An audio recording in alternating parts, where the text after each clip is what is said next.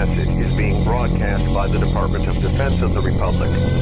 At 2 a.m. Eastern Standard Time, multiple unidentified objects were confirmed to have entered the Earth's atmosphere. Discovery Houston, 20 seconds to LOS Tetris. Contact, nice, clear in orbit. The first message that comes to you is you are a divine being. You matter. You count. You come from realms of unimaginable power and light, and you will return to those realms. The vast stretches of the unknown and the unanswered and the unfinished still far outstrip our collective comprehension. 5, 4, 3, 2, 1. Broadcasting from Forest Tower Studios, all the way from the Deep South. Now, here is your host, Joe Root.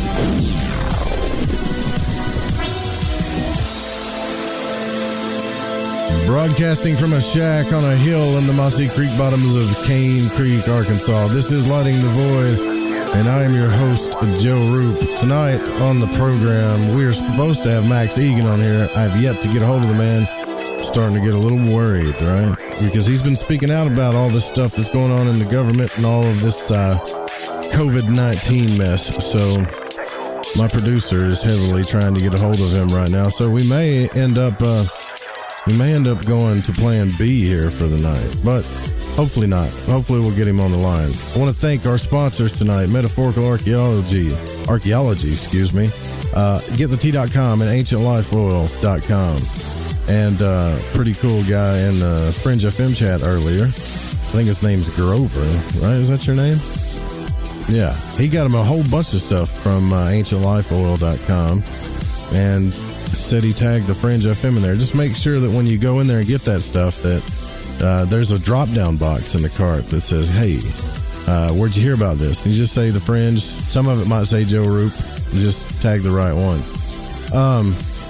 Also, I want to tell you guys something Barbara's doing real quick, and I didn't get time to do a spiffy commercial for it, so I'm going to do that later tonight, but I do want to tell you what she's doing.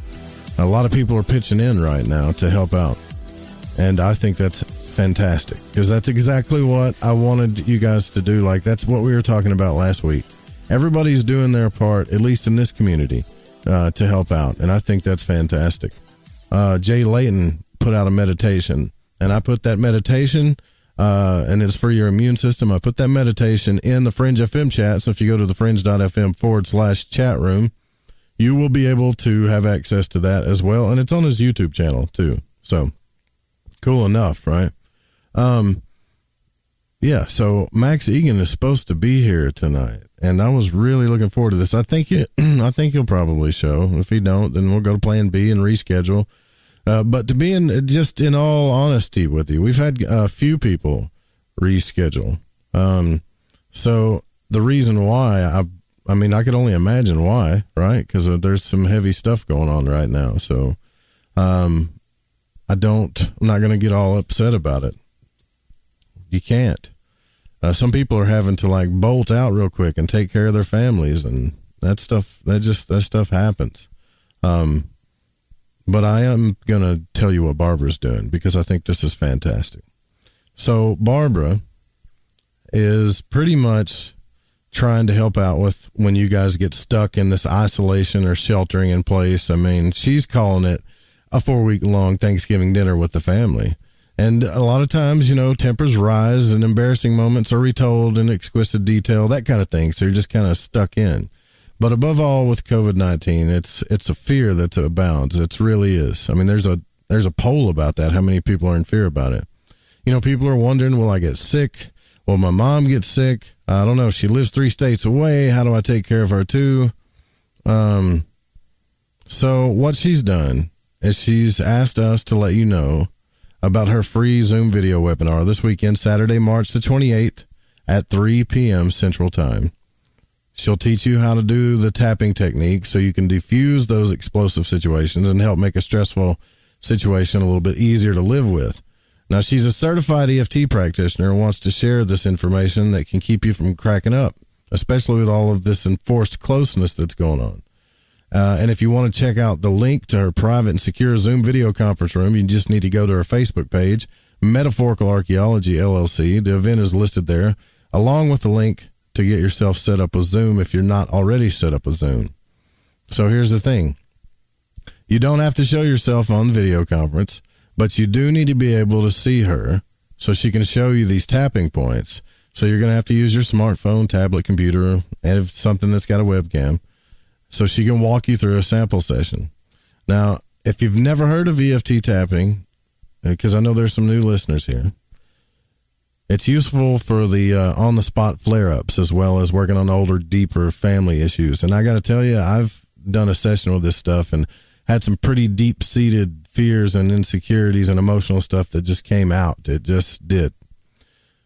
So, if you're getting stressed or you got a bunch of kids that are just yelling at each other, he took my bell, like Hook says, he won't give it back. She broke my mirror, mommy this, daddy that, and you're about to lose it, you can use it for that too. So it's like Saturday, March the 28th at 3 p.m. Central Time, and you can access this from anywhere in the world. The call is limited to the first 100 participants, so you might want to jump on that quick. You can sign up for it there at Metaphorical Archaeology, LLC on Facebook. And you can also ask Barb any questions. You can go to barb.eft@gmail.com. You can email barb.eft@gmail.com. Or you can call Metaphorical Archaeology at 214-995-3754. Yeah. And speaking of the sponsors, too, I didn't know if you guys were aware of this, but Ancient Life Oil right now has subscriptions, and they've got a lot of cool stuff for immunity as well on there. Not Ancient Life Oil, getthetea.com. So, but Ancient Life Oil does have subscriptions. All right. And, guys, I got to tell you, when I didn't think this was going to happen at all, when I was telling you, hey, we could use your support. We're on red alert, because we really were on red alert. But I didn't really expect anything to happen because I know like everybody's kind of hurting, but man, we are so close to getting everything back the way it was. I think we're just like a couple $100 away. That's it. And I didn't think we were going to get here at all. We got a few people that donated, like $20, $40. A few people donated $5 and $10. And I was like, I don't think we're going to get there. And then, a couple of people made some large donations. So we're only like less than $200 away from being back where the station was with all our fancy tools and all our cool stuff. But I got to tell you, as a, I don't like talking shop on the air, but with all of this crazy stuff going on, it's caused a lot of havoc in businesses, even online businesses, even people that do that stuff, a lot of money chasing going on right now. People are getting a little scared, and I understand. But as long as you know how to take care of each other, which I can tell by looking at the chat rooms and some of the stuff that you guys are talking about, you're all doing just fine. You are. And we're going to make it through this thing. I promise you. And just keep cool. Don't flip out. And if you do flip out, make sure you say, hey, I'm sorry. And have fun. I mean, like last night, what did I do last night? Me and my buddy Dave, we got on and played video games last night to keep each other company. Dave Cruz from Beyond the Strange. It was late, too, but we hadn't done that in forever. I guess I got to tell you this. I should tell you this story. When I first created this station, the Fringe FM, it wasn't I that created it. It was me and Dave Cruz from Beyond the Strange. I had a show called Lighting the Void. He had a show called Beyond the Strange. And I remember thinking, with all these podcasts and stuff out there, how in the hell are we ever going to build an audience? And I heard his show. I actually heard him, I heard him speaking to Chad Meek, one of our first guests that we had on here. And I thought, well, that guy, he cares about what he's doing. He's passionate about what he's doing. and I want to talk to him. I didn't even think about like doing a network or anything like that. Just wanted to talk to the guy. So I contacted him, talked for a little bit, and then we both had this idea of starting a network together. And we did. And he wanted to make sure that it was called the Fringe FM. He came up with the name. He even came up with the colors and the logo. But what he couldn't do is stick around and help me take care of everything because he had to take care of his family. He had obligations. So I became the man behind the wheel of the Fringe FM, and we went through a lot of different shows and a lot of different hosts and a lot of times together. We went through some hard times, some fun times together. And, I really just I haven't talked about that in a long time. So I want everyone to know how this thing spawned. It was Dave. And, he helped me get through some stuff last night. So I appreciate you, brother. And I appreciate you guys, too. I'll give you guys some welcomes and special shout-outs and all that stuff for everybody that's helped out and donated because it's hard times. But we're getting through it, and we're going to get through it. There's just a lot of stuff that don't make sense. There's a lot of stuff that don't add up. There's a really good show that I think everybody should listen to that Greg Carlwood did. His latest episode with, I think, the David Crow guy. I think it's his name. I like that guy. There's just a lot of stuff that don't add up. And Max, I believe, was going to talk about that tonight. But I don't know if Pacho has got a hold of him. I'm trying to get a hold of him, too. And I don't think we're being told the whole story. I just don't. I think there's some alternate agendas going on. It's just a little too obvious. I went to the doctor's office this morning because I don't even know why. I had to get my prescriptions, and you think they would just call them in, but no, I had to go because I guess they got to get paid. If people don't show up to the doctor, how's the doctor going to get paid? I don't know. But man, I live in Grant County, and there's this town, Sheridan, Arkansas. It's like a ghost town, man. It's a hick town, really, just to be honest with you. And we drive in there, me and a friend of mine, and it looks like a freaking horror flick, like Texas Chainsaw Massacre type stuff, a horror flick, a B movie. There's a few cars rolling around. That's it. I get to the doctor's office, and a lot of you guys have already dealt with this. This is my first go-around with coming out of the shack and dealing with this, by the way. I get to the doctor's office, and there's a big freaking sign on the door that, says if you got a cough or a fever, don't come in. You can't come in. And I got a little bit of a smoker's cough, so I'm trying not to do that. And I go in there, and they hit me with a ray gun, this temperature thing on my head to make sure I don't have a temperature, and they got me the hell out of there.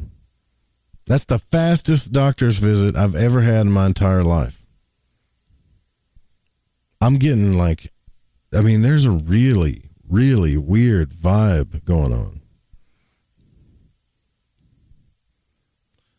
I think what worries me about this more than anything, I'm proud of you guys, though, Jesus. But what worries about me more than anything is after this is over, I think they're going to want to hang somebody for this. I don't know who. I don't know if it's China, if it's America. But when this is all over, the world's going to get together and they're going to decide whose fault this is. And that's when things are going to change, I think. I'm pretty sure. And statistically, I was looking at these stats from, it's a marketing research company. How concerned are you about the coronavirus? COVID-19 current day data. 3% of the public. There's actually people out in the public that are saying that they're not aware of it at all. 5% are not concerned about it. They're aware of it, but not concerned. 21% are moderately concerned, but they're not panicking. 31% of people are concerned but going about life with a few precautions. And 40% of the public is extremely concerned, and they have significantly altered their regular activities. Now, I am not saying that COVID-19 is a psyop, because it's definitely a real virus. It's definitely hurting people and killing people. However, if it was to be, I don't know, manufactured and caused to put fear in the heart of the public, it's doing its job. March the 16th, that number where people was extremely concerned and they had significantly altered their regular activities was at 24%. And it rose every day after that until today. It's above 40% and climbing. The good news is for us, though, that radio is growing. Media is growing. Everybody's getting online, using radio more since the coronavirus outbreak, and using media more. This is what concerns me more than anything, because this is what I think you guys need to be doing. Just hear me out. I'm not saying don't listen to radio shows or don't get on YouTube, but try and prevent yourself from typing in COVID-19, right? Like, what I'm asking you to do, and I know this sounds really simple, superficial, and whatever, but what I'm asking you to do, superficial is not the right word, is enjoy your families. Okay. Enjoy your families. Have fun. Do your spiritual work. This is time to catch up and finish that book that you didn't get to finish, or the 5 or 6 books that you didn't get to finish. Play that video game with your kid. Do all this stuff. Spend time with your family. I mean, you haven't done that in a long time, right? You have little talks with your kids, and then you go back about and look at your phone. Well, put your phone down. Stare out the damn window like you used to when you were a little kid. Enjoy nature. It's beautiful out here, by the way. That's all you got to do is these 2 things. Take any help or any money anybody gives you. Give any help or any money that you can to help others. And if you're sick, stay the hell away from people. That's all we got to do. I mean, we've made this real simple. As far as what's going on, as far as what the government's doing, as far as all that goes, I don't know if we'll ever know the truth. I just think it's really funny that it's happening during election time. I mean, I know Trump has got this war chart that Jeff Harmon talks about, right? But is he the kind of guy that's going to do whatever it takes to make sure that he wins the next election? Or is something else going on here? Now, if you want to get conspiratorial and you want to look at research and stuff, and I think we're going to have Max on here shortly, but if you want to really look at some funny research, I'd have you go look at this. You need to see who's involved with these vaccine companies. And I'm not talking about, the workers. I'm talking about the big money guys behind these things, the biggest money guys. Go see their experiments and their projects, vaccines that were released in third world countries that killed people, things like that. Who's leaving these companies right now? What kind of moves are being made in the medical field? That's where you need to research. You can start with YouTube, but you need to find some actual documents on this. It'll start wigging you out. Is there anybody out there with this kind of power and money and influence on us that talks about population control? Because, I mean, whoever manufactured this thing, if they did, obviously they think it's okay to just take out the elderly people as long as they don't hurt the babies and the kids, right? I mean, they got a conscience. Yeah, you know? If what's going on is what I think is going on, and I'm just, this is my intuition, because I don't think they're going to sue us, but I'm not going to say any names.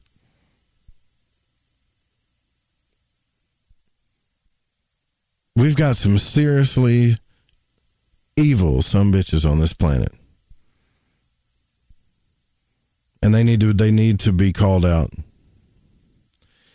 Now, I'm usually the nice guy. Like, I want to do the nice guy talks, the spirituality, the consciousness stuff and all that. But there are certain things I believe in. There are things that I would actually die for. And I honestly don't know, when I look around myself some days, if there are people like me that are that way. I know my dad is. I know there's a bunch of people from his generation that are. But I'm asking Generation X to step up and be that way. Like, I'm not asking you to die, but you have to be willing to die for what's right and what you love. Or you're just going to be run over. We need to find out what really happened in this situation. We can't just let it go and let it happen again and let it happen again and something else and something else. We need to find out what's really going on here.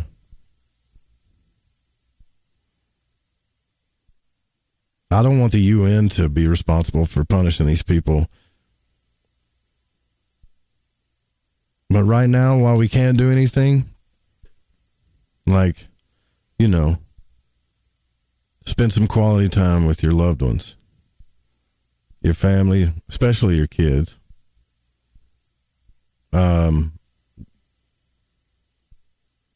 Finish the books that I've got like 10 books I got to finish. It's a good time to do that, right?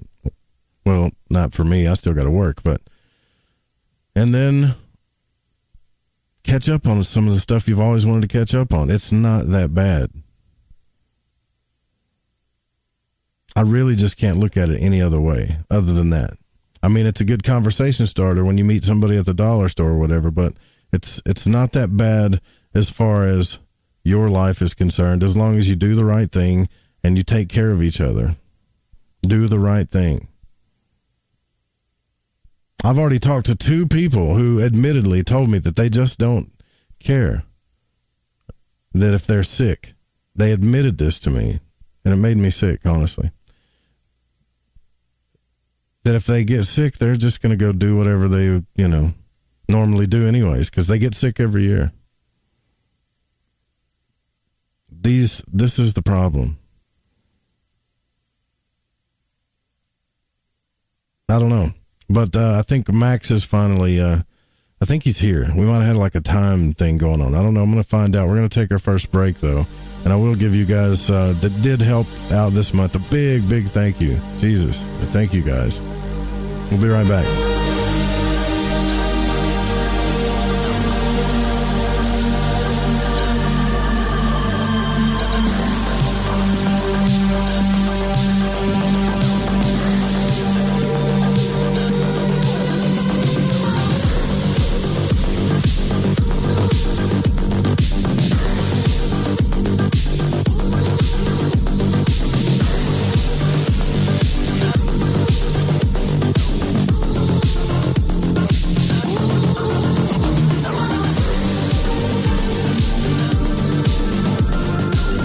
Charlton from Metaphorical Archaeology. If you've ever had a traumatic paranormal experience, the effects of it may stay with you for years. Who do you talk to? You can't go to conventional help. What we do is we use emotional freedom techniques or tapping to actually neutralize the effects of that event. Maybe when you tell the story now, your heart races and your palms get sweaty. You don't even want to think about it because you don't know how to neutralize that. That's what EFT tapping does. It neutralizes those emotions. The circuit that was recorded on is gone. The energy flows freely and you're free of it. And that's what emotional freedom is all about. We offer this as a pro bono service, but this is something that I offer because no one, it seems, is helping people with these experiences. If you'd like to reach me, it's really easy. My cell phone is 214-995-3754. Please leave a message. I will get back to you as quickly as possible. Or you can email me,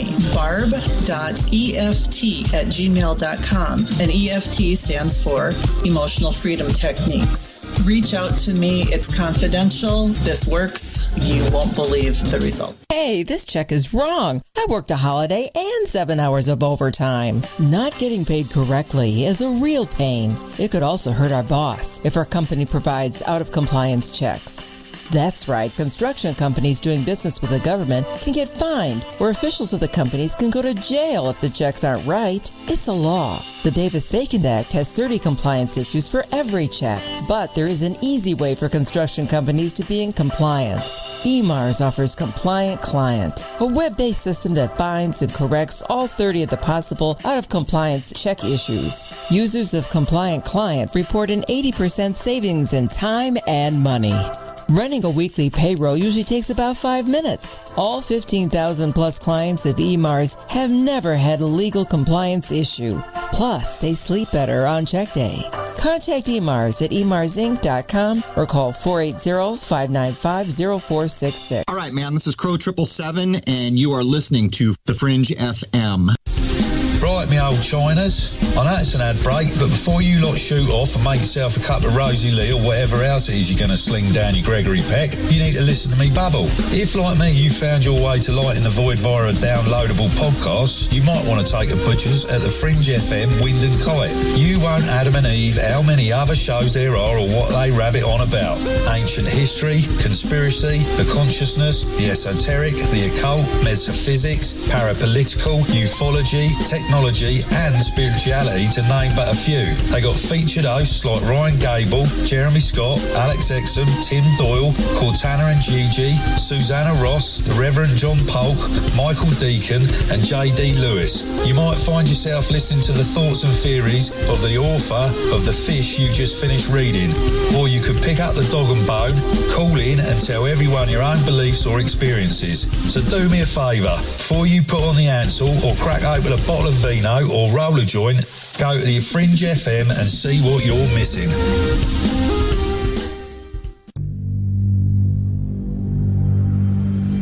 From a cave in the depths of your mind, it's Lighting the Void with Joe Root.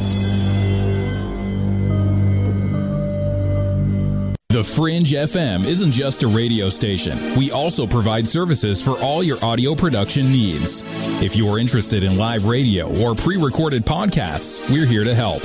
We even do audio enhancements and voiceovers if needed. If you want to do a podcast or live radio show and even want the option to syndicate on terrestrial radio, from simple audio file enhancement to live production and call screening, we have you covered. We have worked with some of the best professionals in the business in order to provide coaching instruction for content creation, show structure, and more.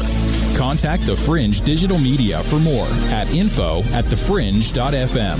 That's info@thefringe.fm. Or call 501-777-5631 for a consultation. Hey, I'm J.M. DeBoard, and when I want to talk about dreams, I look up my man Joe Root and his show, Lighting the Void.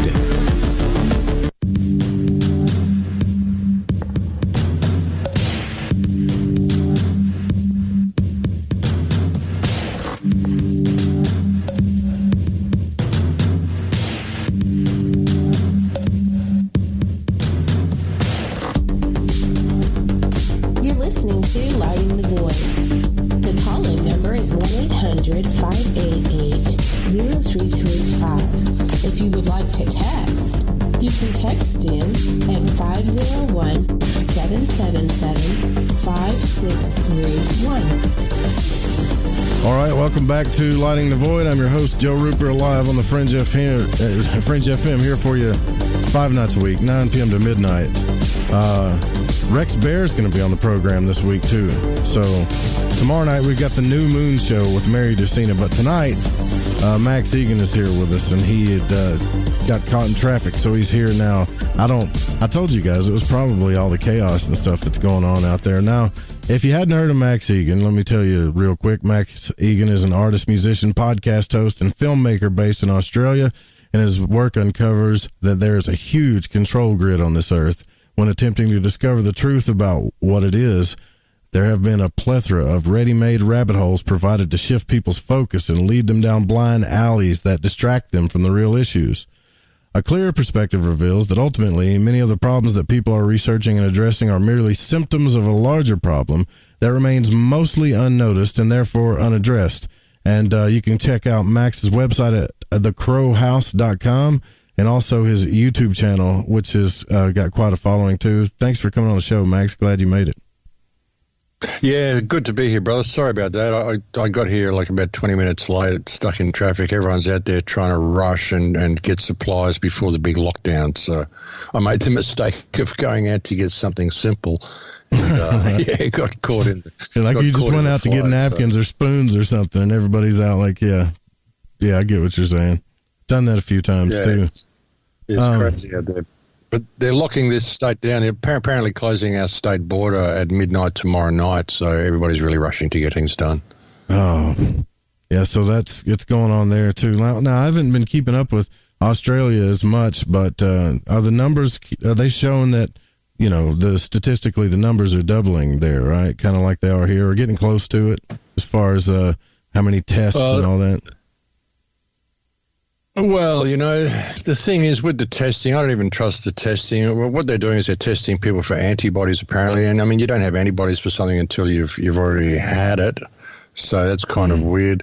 I mean, I don't trust a lot of the tests. There's hardly any cases here, really. We've had like 7 cases or 14 deaths or something like that, I'm not sure how many cases they say there are. But to me, I mean, it just seems like they've blown seasonal flu out of proportion. This seems like it's been very long planned. I don't trust any of the figures I'm hearing from anywhere. I'm hearing figures of a massive amount of deaths coming out of Italy. And I actually know quite a few Italian people. And Italian community is pretty close, with 6 degrees of separation, you'd think you'd know somebody who died from this virus. And I so far don't know anybody who knows anybody who's died from the virus. All I've got is reports that are coming from the media, which I think are completely overblown and out of proportion. I think a lot of this is, it's been a long planned move.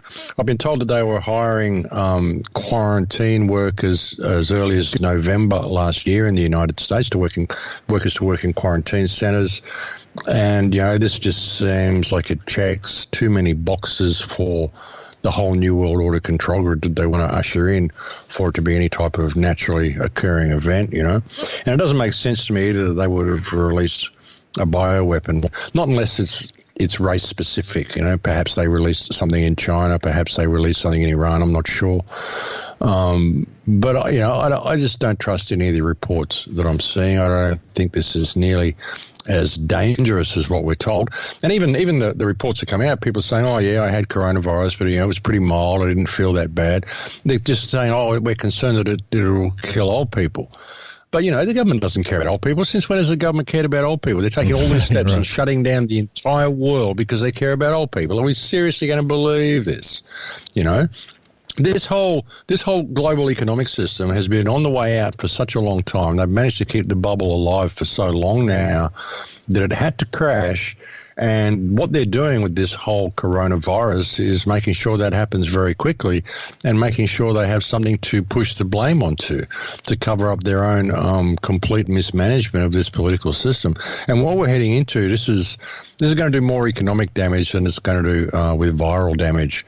The world economy will not survive what they've done just by shutting down all the flights from Europe, even for a month. I mean, this is going to completely destroy the global economy, and they've got a wonderful scapegoat for it. So, we're heading into what is going to be the worst depression we've ever seen. This is going to be far worse than the depression of the 1930s or anything that we've seen in history. We're talking bread lines and stuff. Is that what you're saying? That's going to get that absolutely bad? We are. It's going to get that bad. What have you got in the United States? You've gone from 1 million unemployed to 14 million unemployed in 2 weeks. That's right, yeah. And this is just the beginning, brother. This is just the beginning. They haven't even, we're only in like the second week of this lockdown and this shutdown. They're talking about how this is going to go on for possibly months.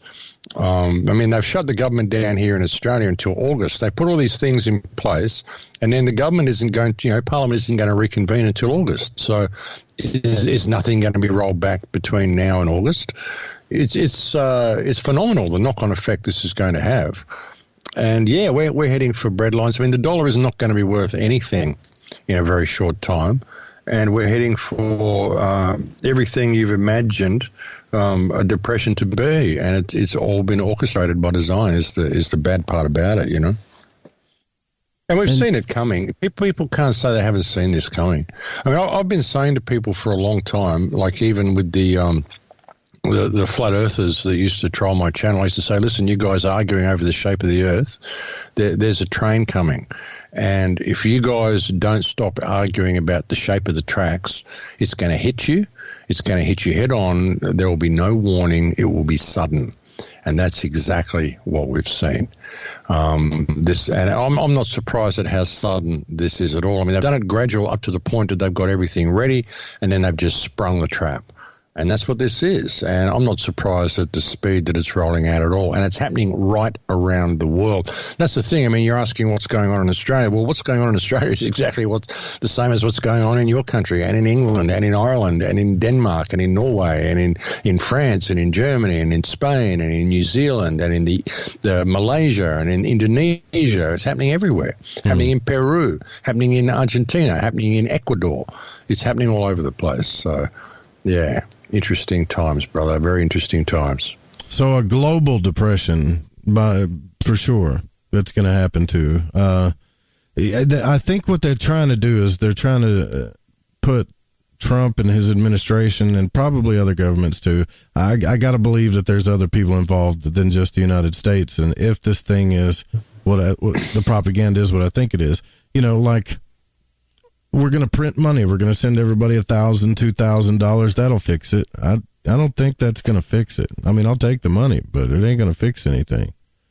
That's just going to create hyperinflation. That's all that's going to do. I mean, the more money they put in circulation, the less it's worth. That's what they're doing to everybody here as well. They've doubled everybody's unemployment benefits from like $600 to $1,200 a fortnight or whatever it is, $1,200 a week or something. And they're giving everybody $750 now and another $750 in another 3 or 4 months or something like that. It's just pumping more money into the economy. Now, pretty soon you'll be taking a wheelbarrow of dollars down there to get a loaf of bread, So the more money you pump into the economy, the less it's worth. These stimulus packages don't help anything. To stimulate spending, all they do is stimulate the crash of the economy. That's why they're doing it. I mean, all of this stuff, they've got to look like they're doing it and trying to help, when they're absolutely not. They're just covering their own asses. But, none of this is going to help. None of the stuff they're doing is going to help. And, unfortunately, we've been warning people about this for a very long time. And, here it is. Now it's here. And like I said, it's just the beginning, what we're seeing now. And it is going to be a worldwide depression. The third world won't go as far down the tube as what the first world will, because the third world is used to dealing with these sorts of things. But for people in the West who haven't seen things like this before in their country, it's going to be a real shock to them, and people need to prepare for that. Well, I've been trying to tell everybody. Everybody's like, Joe, why are you so thick? How come you put on so much weight? I've been preparing for this for a while, so that's why. So I got enough fat storage to hold on to this. But that is, I'm just joking, trying to make light of the situation. But it's kind of hard to do that, man. Like, it's kind of hard not to give in fear when a lot of this stuff is happening right in front of you. It's kind of like, and I get it, right? But it's kind of like when people say, don't give in to the fear and the propaganda. And that's what you've been saying. I've heard you say that on your YouTube channel, too. Like, watch out for the propaganda, be careful about what you believe. But they're doing a good job of it. I just read the numbers and the polls about how many people are starting to really freak out, change their lives, do all kinds of stuff. I mean, if this was a straight up thing to control us with fear, I mean, it's doing its job for sure. Oh, yeah, but it checks all the boxes, They'll be able to usher in their cashless control grid. People are scared of using cash. People are disassociated from each other. They separate themselves from each other. They're used to being locked away in home and locked in their little cubicles and shopping online and doing all this sort of stuff online. So that leads them into the whole transhumanist thing.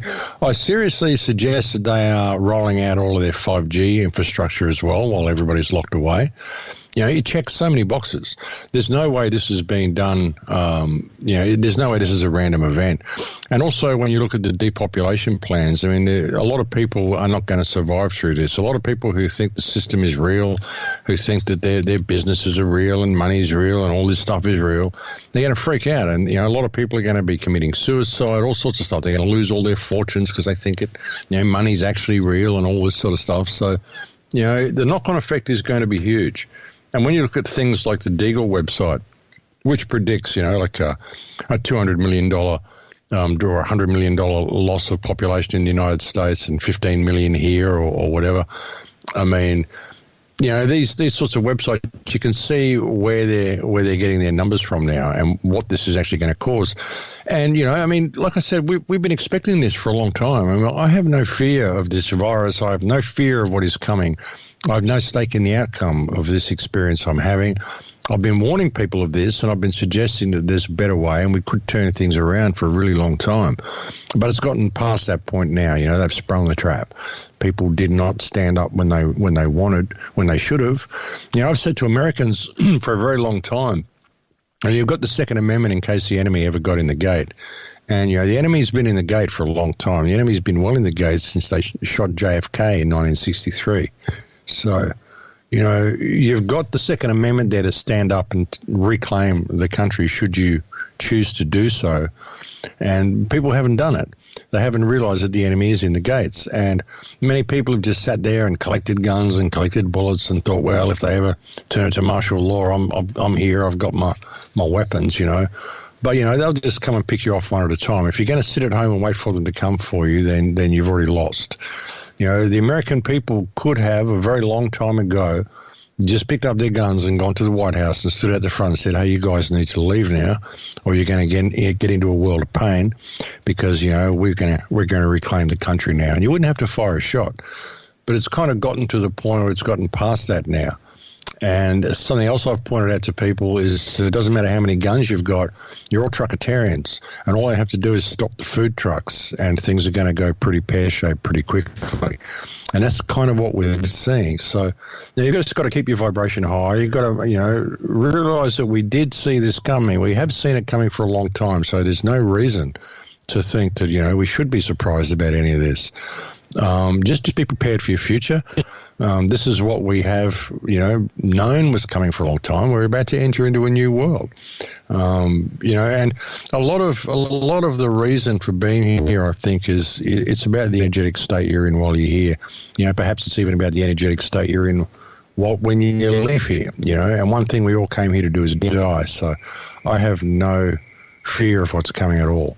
I'm concerned about the actions of government. I'm concerned about how many people will be in fear and how much they will suffer because of that fear. Right. I will simply face my future the way it comes, Yeah, that's what I mean. We talked about that last week, Max. It's like, but maybe you and I might have been raised the same. I don't know, but you deal with the cards you're given, right? You play the hand you're given. I mean, it's kind of like staring at your hand of cards, going, "Oh man, this is a terrible hand of cards. It's a terrible hand of cards." And then all of a sudden you keep manifesting more bad cards. That's the way it is. I mean, it's a bad analogy, but I get what you're saying. Our energy, cause and effect is a real thing. Yeah, and in many ways it's red pilling the whole world. I mean, a lot of people are looking at this and going, hang on a minute, this doesn't really seem right. This seems like a massive amount of overkill. And with the hard sell and people walking around in hazmat suits and stuff, I mean, you arrive at the airport here in Australia and the people at the customs counter are wearing like hazmat suits and masks and plastic all over them, and they tell you to come through and you've got to go and quarantine yourself for 2 weeks or whatever. Then they put you on public transport and send you home. I mean, what is this? And people have got to quarantine for 2 weeks, but airline staff don't have to quarantine for 2 weeks. Well, hang on, these people come in contact with more people than anybody. How come they don't have to self-quarantine? People are sort of getting it. So in many ways, it's red pilling the whole world. So although this is a terrible, terrible thing that's happening, maybe it's a really good thing in many ways. It's impossible to look at anything just in its own, at face value and ever judge it as being truly good or bad, because you never know what's going to come from it. The old proverb of the Chinese farmer who had the beautiful horse and everyone thought it was a wonderful horse. Then it ran away one night and all the village came to him and saw him and said, "Oh, that's terrible, your horse has run." And he just said, "Oh, well, maybe, And then the next day the horse came back and it brought 6 other horses with it. And the villagers came around and said, "Oh, look, this is incredible. Your horse, you got all these beautiful new horses. Aren't you lucky?" And he said, "Oh, maybe." you know. And then the next day, his son fell off one of the new horses and broke his arm, you know, trying to train the horse. And all the neighbours came around and said, "Oh, isn't that terrible that your son was hurt?" And he said, "Oh, maybe." You know, and then next day, the army came around to draft people to go off to the military, and they didn't take this because he had a broken arm. And I said, "Aren't you so lucky?" And he said, "Oh, maybe." You know, so you never know. You never know whether something is good or whether something is bad if you take it at face value on its own, because you never know what's going to come from that. And with the amount of red pilling that's happening, the amount of people that are waking up to the fact that something's terribly wrong here, who knows what sort of a positive reality we could forge from this dark place we now find ourselves in. I see, but you know, in your research and what you've done and talked about, it's almost like you've been seeing this kind of stuff happening all along, right? I mean, this is really like the effect of how we act, of how we depend on the government for everything, and they deepen that dependence, and they make sure they deepen that dependence because they keep us polarized through propaganda and everything else that's going on. And they just, I mean, it's a nightmare. And now it's coming to a head. And what I'm afraid of is how much do we really depend on the politicians right now? Really? Can we not take care of ourselves as a people? That's what I'm worried about.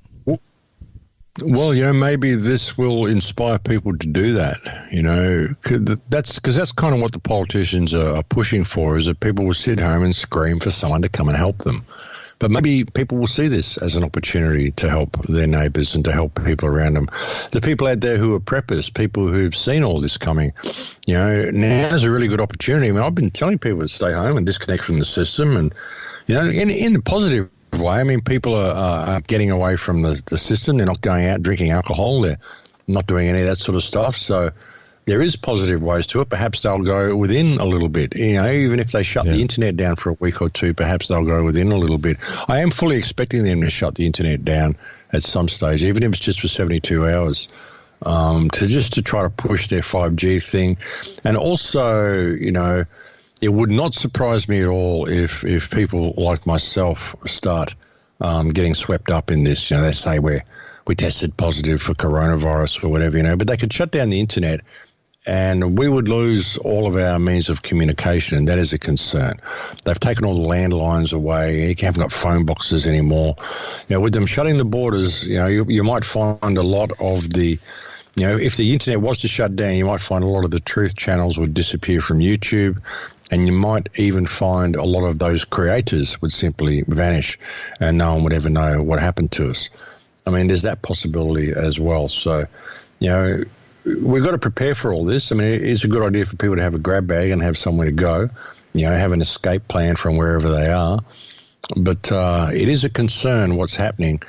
But, you know, I don't expect the world to remain the way it was. I don't expect it to ever return to the way it was from, you know, what we're being led into now. We are being led into that brave new world. Like I said, it could turn into something positive, though, because of the speed that they're doing it by.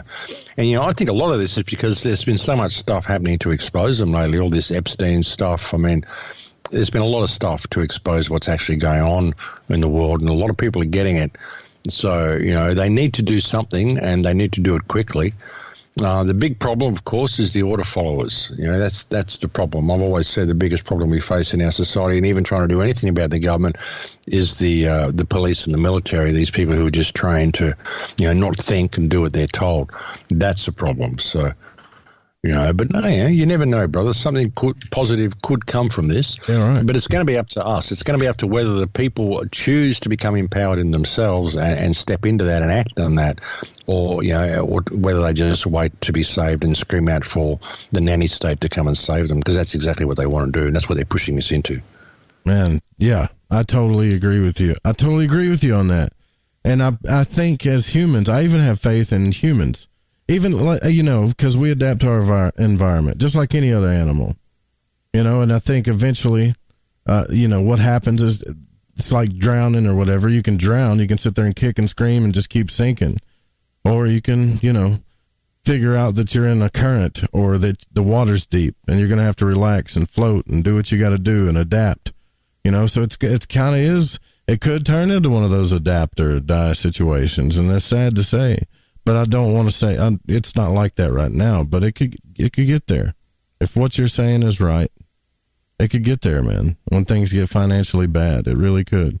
So I don't think we need to bury our head in the sands and say, well, it's not going to get terrible, because it can get terrible.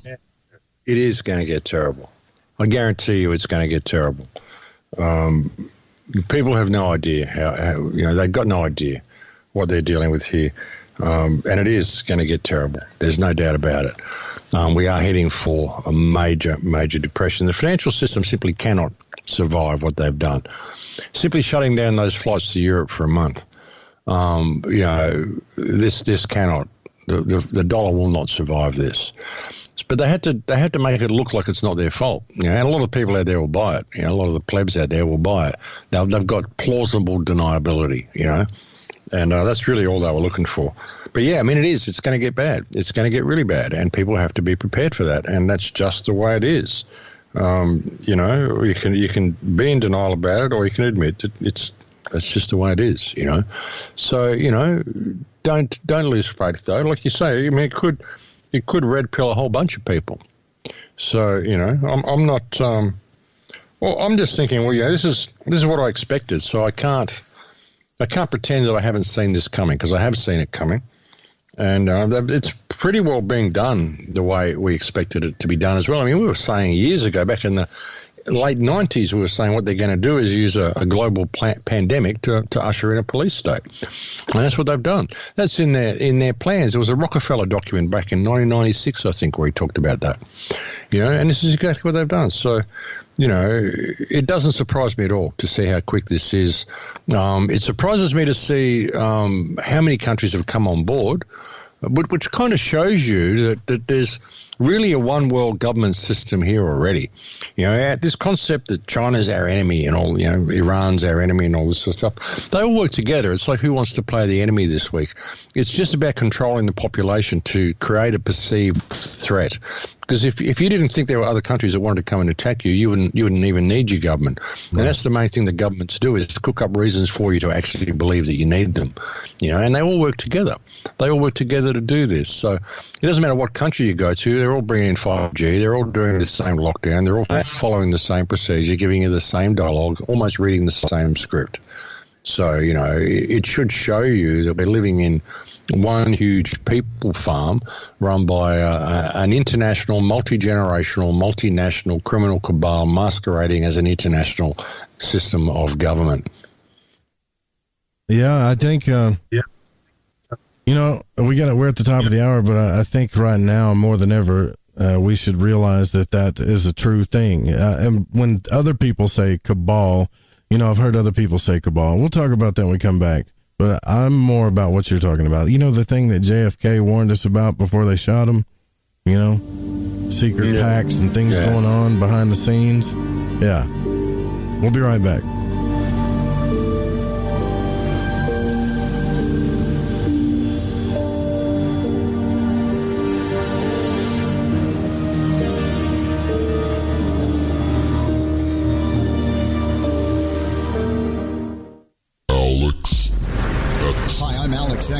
And you're listening to The Fringe FM. Are you intrigued by Paranormal Talk Radio? You'll love the new Paranormal Radio app from TalkStream Live. You'll find a great selection of talk shows covering UFOs, ghosts, strange phenomena, and much more. Download the Paranormal Radio app now and start listening to the very best in paranormal talk entertainment, including the network you're listening to right now, the Paranormal Radio app. Free in Google Play and the iOS App Store. Hey, this is No Way Jose, a Northern California Piscean stuck in the Arizona desert. I'm a void walker, and I got the shoes to prove it. So what do I do when my soul yearns to delve deep into the realm of the unknown? I aim my satellite straight into the night sky and catch a smooth ride on the KTLK-DB radio waves. I tune into Lighting the Void with Joe Root on the Fringe FM. Joe, Lighting the Void is the best show on the planet. This is Barney, your friend from Facebook. Thank you and all the crew for all you do. Namaste, my friend. This is Macon from the foothills of North Carolina, and I am a void walker. G'day, void walkers. This is Lily from down under Australia. The world may be small, but Nick Murray's greater. So let your curiosity take you for a journey with Joe Root. Hey, this is V, coming in from Central Maryland, and I am a void walker. This is Kevin Doherty, a beginner void walker. I'm from Vancouver, BC. I know a little about a lot, and as Leonard Skinner said, I guess the rest. I learned a lot from Mr. Root on the show, and heard it from the beginning. I knew right then he was going to be a new art pal. Thanks for all your shows, and keep it up. Hey, this is Derek from Mass, a.k.a. the Night Stalker, and I'm a void walker. This is Mark from Chicago, and I walk the void to ascertain what is consciousness. My name is Jared Johnson, and I'm from Humboldt County, California. I do not know all the answers to the questions about reality. I do not claim to know the ultimate truth about life. I seek that which has been made hidden as a part of a family of explorers of consciousness. I'm a void walker. Thanks, Joe Root. I'm Clyde Lewis. You're listening to The Fringe FM. Hey, is that a new music app? Yeah, check it out. Surfer Music Discovery. It links to thousands of online stations, but the twist is you see the song names and artists that are now playing live. That's different. No guessing. Looks like a waterfall of music. So many formats. Rock, oldies, country, R&B, jazz, and a whole lot more. How's that spelled? Surfer. S-U-R-F-R. Is it expensive? It's free. No need to sign up or sign in. Get the Surfer Music app free from Google Play or the App Store.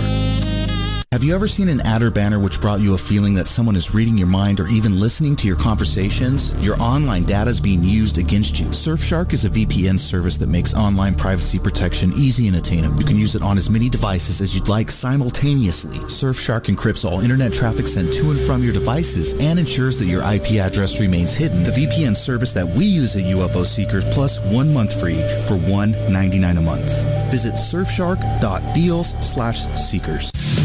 We all have that story to tell in our lives. The winds were howling. The ground shook. You could hear rushing water. And then, history repeats itself. When there's no power, refrigeration fails. Stores with their shelves stripped bare. ATMs can't operate. Deliveries stop. Then what? These events can last days or weeks. You need a plan. In statements made during recent interviews, FEMA Administrator Brock Long has repeatedly urged all Americans to understand 3 truths. FEMA is broke. The system is broken. If this is the new normal, Americans can't rely on federal cavalry when disaster strikes. Don't get caught out in the elements empty-handed. Prepare with us by going to preparewiththefringe.com and get your 2-week food supply. 92 servings, 8 food varieties with 25-year shelf life. Normally $137, now only $75. Or get a month's supply, normally $247, now only $147, shipped in 1 business day. Just go to preparewiththefringe.com or call 888-440-7931. That's 888-440-7931. Get this great offer and be prepared while it lasts. Hey, Fringe listeners, this is Dave Cruz, host of Beyond the Strange Radio, asking you to join us live Sunday evenings at 7 p.m. Pacific Time, 10 p.m. Eastern, right here on the Fringe FM. Visit BeyondTheStrange.com for links to chat, social media, and schedules of the show. And remember, always stay strange. Hasta. Paranormal News, I'm Brad Bernards. The sun is right there in the name of NASA's Parker Solar Probe, but a second mission of opportunity may make the spacecraft just as vital to Venus scientists as to those studying our local star. Parker Solar Probe launched in August 2018, destined to spend 7 years looping ever closer to the sun in hopes of sorting out some of the hottest mysteries about our star. But to do so, the spacecraft needed a carefully choreographed trajectory, one that included 7 flybys alibis of Earth's evil twin, Venus, and Venus scientists who haven't had a dedicated NASA spacecraft since the mid-1990s were not about to let that opportunity fly past them. Of course, Parker Solar Probe's instruments are designed to study a star, not a planet. Traditionally, planetary scientists want very different instruments on their spacecraft, but that doesn't make plasma data superfluous. 2 dedicated Venus missions have carried plasma detectors to the world, NASA's Pioneer Venus Orbiter and the European Space Agency's Venus Express. But those spacecrafts were built decades ago. NASA's Solar Dynamics Observatory has observed a magnetic explosion, the likes of which have never been seen before. In the scorching upper reaches of the sun's atmosphere, a prominence, a large loop of material launched by an eruption on the solar surface, started falling back to the surface of the sun. But before it could make it, the prominence ran into a snarl of magnetic field lines, sparking a magnetic explosion. The explosion, known as forced or controlled magnetic reconnection, is triggered by an eruption on the sun, which causes tangled magnetic field lines to explosively snap and realign, shooting out particles and energy. The observation, which confirms a decade-old theory, may help scientists understand a key mystery about the sun's atmosphere, better predict space weather, and may also lead to breakthroughs in the controlled fusion and lab plasma experiments. Previously, a type of magnetic reconnection known as spontaneous reconnection has been seen both on the sun and around the Earth, but this new explosion-driven type, called forced reconnection, had never been seen directly, though it was first theorized 15 years ago. The new observations have just been published in the Astrophysical Journal. Read the news at paranormalradio.com. I'm Brad Bernards, Paranormal News. Somewhere between abnormal and paranormal, there's a show called Into the Paranormal. I'm Jeremy Scott. Hear me live Saturdays at 6 p.m. Pacific, 9 Eastern on the Fringe FM.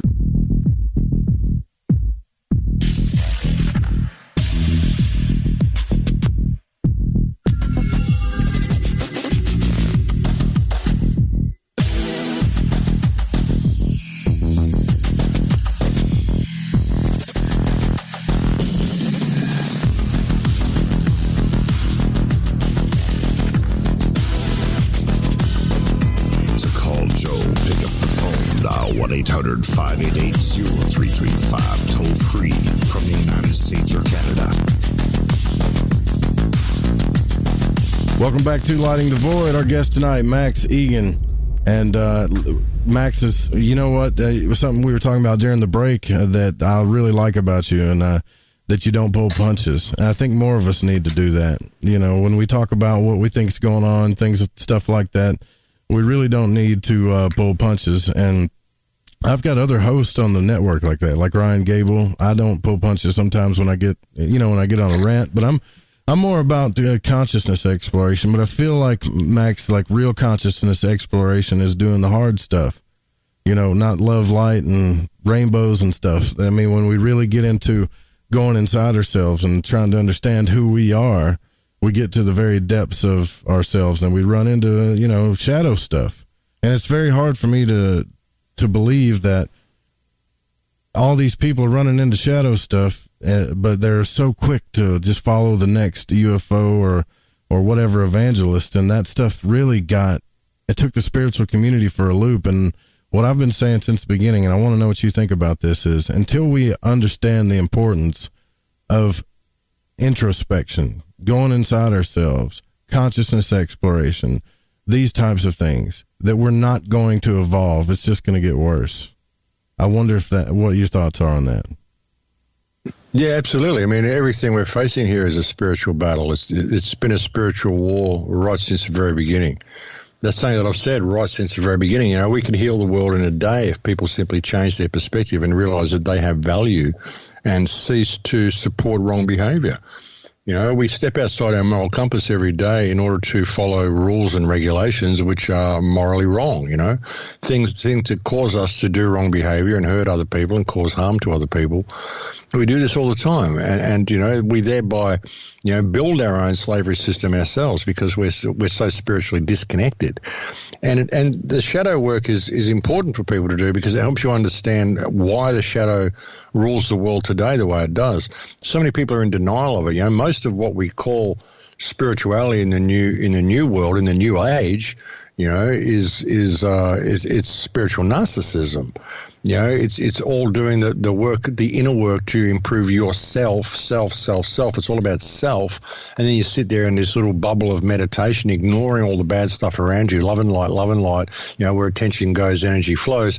But then they realize they're going out there, they're giving their attention all the time to the TV, to their credit card, to all the stuff they're doing to participate in society all the time. They're giving their attention to that, but they're denying the fact that there's any darkness or shadow involved in that, or that they're feeding the shadow in any way, because they're sitting there in this bubble of love and light and saying, oh no, I won't look at the people being raped in other countries and bombed and murdered and all the stuff that's going on, because that's not part of my reality. But I'll go out there and I'll use my credit card and I'll support the system which is committing all of those atrocities, and I'll completely ignore it. And that's not enlightenment. That is not love and light. That is not doing the shadow work. It's not doing anything except supporting the very thing that you believe you're speaking out against. And people that sit there in a state of love and light and won't look at the evil because that where attention goes, energy flows, right, they're actually scared of looking at the shadow. So they're actually sitting there in a state of fear, perpetual fear, believing it's spirituality and high vibration when it's not. It's fear of looking there, and they're allowing all of that to continue. Enlightenment is a destructive process. Enlightenment is a breaking down of everything that you think to be true, and it's a very, very dark place to go to. There's nothing to do with sitting on top of a mountain and being some glowing guru in white robes and hugging crystals. This is not enlightenment.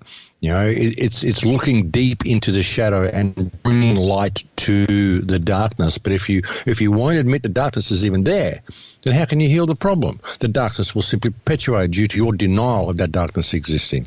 It's a terrible state we've gotten in with this whole new age spiritual abomination, which is what it is. It's nothing to do with true spirituality at all. And it's important that people look there and see this shadow that exists in them. People who are in denial of that, oh no, I could never do that. Yes, you could. Right. The darkest thing that anybody has ever done, you are capable of doing that. And that's why it exists in the world, through your denial of that capability within yourself. Therefore, you'll never understand how it exists in others and how you can heal it. And it's incredibly important that people do this work. Yeah, it is. Because, so we were talking about Carl Jung on the show not too long ago. Like, I think he started figuring that out real quick when he was talking about the shadow stuff, but he didn't, he set the standard for that psychologically, I believe. And now it's 2020 and I still get in arguments about that to this day. They're like, oh, well, you're wanting to take spirituality to a negative place. I'm like, no, you can't take it to a negative place. That's not what I'm talking about. It's not about being positive or negative or, being polar at all. It's about going inside yourself and seeing what you're actually capable of. Like you're saying, what am I capable of? And what's this whole cause and effect thing?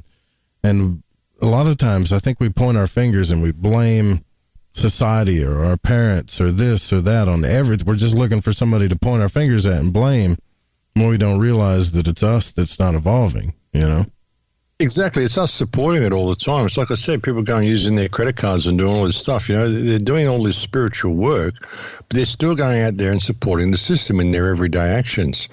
Doing random acts of kindness for people, as simple as doing things like shopping with cash and not using credit cards and not using digital currency. Because people are so scared of cryptocurrency and all this stuff. Well, hang on, you're shopping with digital currency every time you go and shop with your credit card. That's a digital currency. There's no cash exchanging hands, and that's fiat digital currency. So you're better off using cryptos if you're going to be shopping with a card, because you're using digital currency anyway. Things like this, people will go and participate in all of this evil around them and walk between the lines without questioning anything, and support all of this wrong behavior everywhere.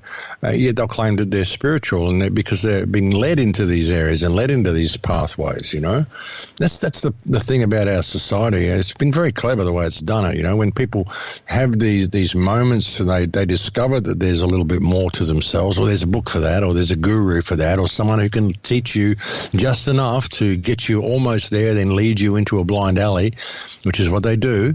And it's everywhere. I mean, people want to be unique. Yep, we got a brand for that. So So you're a big proponent of but you're also a big proponent of I mean, you're just one of my favorite type of people, you are, because you're a big proponent of, doing the work yourself, right? Doing this stuff yourself, being responsible yourself, taking care of yourself, taking care of each other, not depending on governments or propaganda and all this other stuff. But you're also a big proponent of like free energy too. And I've seen people live off grid pretty comfortably, actually. So I don't understand what makes us think that we have to have all this stuff. I think it's like the nuclear family thing that I had another guest on talking about that, Chris Knowles, where they've set us up for this idea that we can't take care of ourselves. Well, most people can't. I mean, they've done that through the education system. They've taught, people, so they, even if you go and get educated, you just basically be indoctrinated. And then if you want to learn things, they'll teach you to go and do one thing, learn one skill, go and do an apprenticeship, become a mechanic or a builder or a plumber or whatever. Don't learn to do all of it. And then they'll stretch the course out over like 3 years when you could do it in 2 months, so that you waste all your time learning how to do one thing, so you don't really have any real life skills, But I've been a firm believer that if you throw yourself to the wind, you can ride it. And I stepped outside of the system. As soon as I left school, I was halfway through my 3rd year of high school, and I just went, this is ridiculous. I can't do it anymore. I was halfway through my exams, and I just got up and walked out and never looked back. Became a musician, toured the world, and I've always kind of lived outside the system in that way. I was on government benefit about 12 years ago. I was on for a while, and then I gave that back as well. I just said I don't want any money from the government, because if the government's giving me money, I feel like I'm living off the proceeds of organised crime, so I don't want that. Yeah. And I just disconnected from the whole thing. And I believe that if you help people, if you're good to people and you're good to the universe, if what you do is a positive thing and you're operating in your heart all the time, then the universe will look after you. It's an emotional mirror. I learned long ago that it's an emotional mirror. That's how I even got the job being a radio host, was I learned that it's an emotional mirror. And I thought, well, I've really got this message I want to share with people. Right. How do I do that? I thought, well, being a radio host would be a great way to do it. But I didn't know how to be a radio host. I hadn't even heard of YouTube. I didn't know about internet radio. But I got up every morning and did my work, and I put myself in the energetic state. I thought, what would it feel like energetically to be a radio host? So I just put myself in that energetic state where I was a radio host. Sure. Wasn't that I was pretending to be a radio host or anything. I was just putting myself in that energy. And within 6 weeks, I was a radio host. Oh, yeah, the energy of what if Max Igan was a radio host? That's what you put yourself in, right? Yeah. No, it wasn't any of that. It was just like me. What if I what would it feel like to be a radio host? Just like if you wanted to be a fisherman, what would it feel like to be a fisherman, to be living on your boat and doing that? And I've said to people, if you want to attract your perfect partner into your life, what would you feel like if that person was in your life now? There you go. And if you put yourself in that emotional state of how you would feel if she was there or he was there, within a very short time, that person will walk into your life, because it's a mirror. It's an emotional mirror. And I don't have any, I don't ever stress out about money. Even if I don't have it, I don't stress about it, because when you're worried about it, you'll never have it. If you don't stress about it and you just live in that state where you feel like you are in a state of abundance emotionally, it's a mirror. It will mirror that back to you, and you will always be in a state of abundance. I mean, and I don't have a lot. I don't have a lot of money, but I don't want a lot. I mean, if I did have a lot of money, I wouldn't know what on earth to spend it on, except other people and helping people the way I do anyway with money that I get. So, it's a weird thing, but that's how life works, man. It's an emotional mirror. And if people can realize that, when they're really stressed out about this stuff, people who are really stressed out about what's going on with this police state and all this sort of stuff, you'll help create it, because it's an emotional mirror. I have no fear of this system. I have no fear of what these people can do to me. Yeah. They can't hurt me at all, because I'm eternal. Even if they hurt this vessel, they won't hurt me. And I have no fear of death anyway. So, I'm simply not going to comply. And, it's just the next part of the ride for me. It's all just a ride, and it's just the next chapter that we're moving into. No stake in the outcome, brother.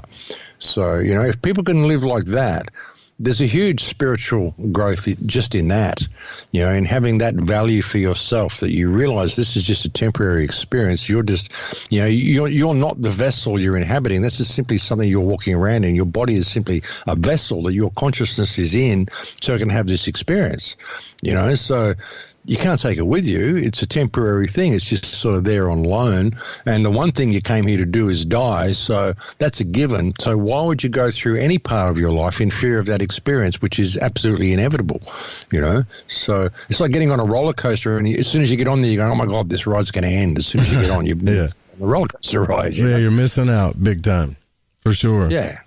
Man, like, you said it, you know, but there are a lot of people writing about that now. You know, there are a lot of people giving that message.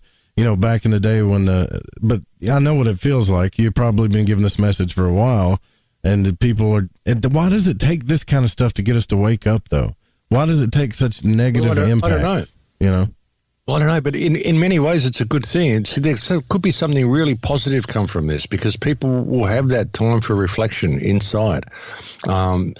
In many ways, you know, those who are freaking out, I mean, maybe they will come to some sort of an epiphany through this as well. Perhaps people will learn self-responsibility through this. So, you know, in many ways, it could be a good thing, you know. We've got to always try to find the silver lining in these things. I just had a funny thought, man. Somebody riding a roller coaster, you know, looking to the next person, and the next person looking at them, just telling each other, I'm scared the whole time. Not even missing the whole ride, right? I mean, yeah, that's what you're talking about. I get that. And so that's what worked for you for radio. I wish I would have tried that in the beginning, because I'm kind of the opposite. I went in and started analyzing everything and reading books and thinking I got to learn, you know, every system of how every person did it that was great. And honestly, my show didn't even start getting an audience until I just said, you know what, I'm just going to say what I feel, as scary as it is. And that's, I don't know. I mean, I think that's how we all find our audience. How long have you been doing radio, by the way? I'll be into my 12th year now. Wow. I would have started in 2008. And, yeah, and like I said, it wasn't anything that I had planned. I mean, I just thought it would be a good thing to do. It would be a good way to get the message out. And so I just put myself in that energetic state. And then within 6 weeks, I was offered a job as a radio host, which really surprised me. And I've been doing it for a long time. I mean, I kind of stopped the radio show around about November last year. I just kind of stopped doing the 1 hour weekly show. And I've just been doing sort of short reports between now and then, because there's been so much going on. And, you know, I've got very bad bandwidth where I am, so I need to record the shows a couple of days in advance, and then do a video for them and upload them and blah, blah, blah. And things are moving so fast at the moment that if I do that, then by the time I upload the show, it'll be out of date. You know, it's ridiculous. I mean, things are changing by the hour. So I've just been doing these short reports at the moment. And I think, I mean, that's helping, because really what it's all about, what this is all motivated about is to wake people up to the fact that, you know, we're in serious trouble. I don't want to be a radio guru or anything like that. I've never monetized my YouTube account. I've never done any of this for money, and I'm not particularly, you know, I don't even have a mailing list. I've never even figured out how to create one. But I don't do any of this because I want to be some guru or some radio host or whatever. I'm trying to find the most effective way I can to reach as many people as possible in as short amount of time as possible, because we don't have much time left. So, but I've been doing it for about 12 years on air, online, and just doing what I do, and just doing these short reports since about November. I would like to get back to the radio show, because the station's been so good to me, and Frank's kind of wondering when I'm coming back, you know. What station is that you're with? American Voice Radio. It's an actual radio station in Kansas, so you can tune in and listen to it on your car, you know. So that's cool. So if you guys go to thecrowhouse.com, you'll see it, the American Voice there. And you've got articles. Some of your stuff your articles are really interesting, but you know what I find about the stuff you talk about, you do hit all of the sore spots, all of the most controversial stuff that really gets people, you know, kind of chiming, especially about Israel and what really went on there, what really went on with the World War II. And there's a lot of the same stuff like we have a host that Ryan talks about, and those are some touchy subjects for people, man. But you would think that people want to know the truth. Like, don't you want to know what really happened? I mean, don't you want to know the real history of all of this stuff? And it's like they don't. They really don't. They don't want to hear it because it hurts too much. They only want to hear it if it supports what they already believe. you know, but if they have to think outside the box a little bit, it's a scary thing for them. You know, some people, the people that are 40, 45, 50 years old, you got to wonder, should you even wake them up, because it's a freaky thing for a lot of people. You get someone who's 50 years old, 60 years old, and they suddenly wake up and they realize that their last 60 years, they've just spent their whole life just doing nothing, running on a treadmill because they didn't need to. They've missed out on their entire life. It's a huge paradigm shift for a lot of people. And a lot of them get really angry about it. So it's no wonder that they don't want to know. With what we're trying to tell them, it's too horrible for them to think about the fact that they've wasted their whole life. They've been controlled their whole life, reaching for this dream which doesn't exist, never existed. It was just there so that they could have their life stolen from them, their time stolen from them. Because the only thing that you own, the only thing that you really have in this life is your life, is your time. Yeah. The time, what you do with every moment, that's the only thing that you really have to yourself, the only thing that is yours. You don't even own your body, but you do own the time, your own time. But in this society, you don't. Other people own your time. A lot of people get really upset about that, though, Max. You're talking about what? You're saying that I can't own property? Think about that, right? That's where things went bad, I think.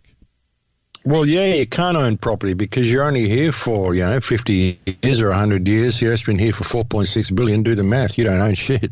Yeah, right. It's just the way it is, you may own all this stuff and you get this huge pile of stuff and sit on the top and climb on top and sit there and go, wow, look at all my stuff. Then you have a heart attack. Bang, you're gone.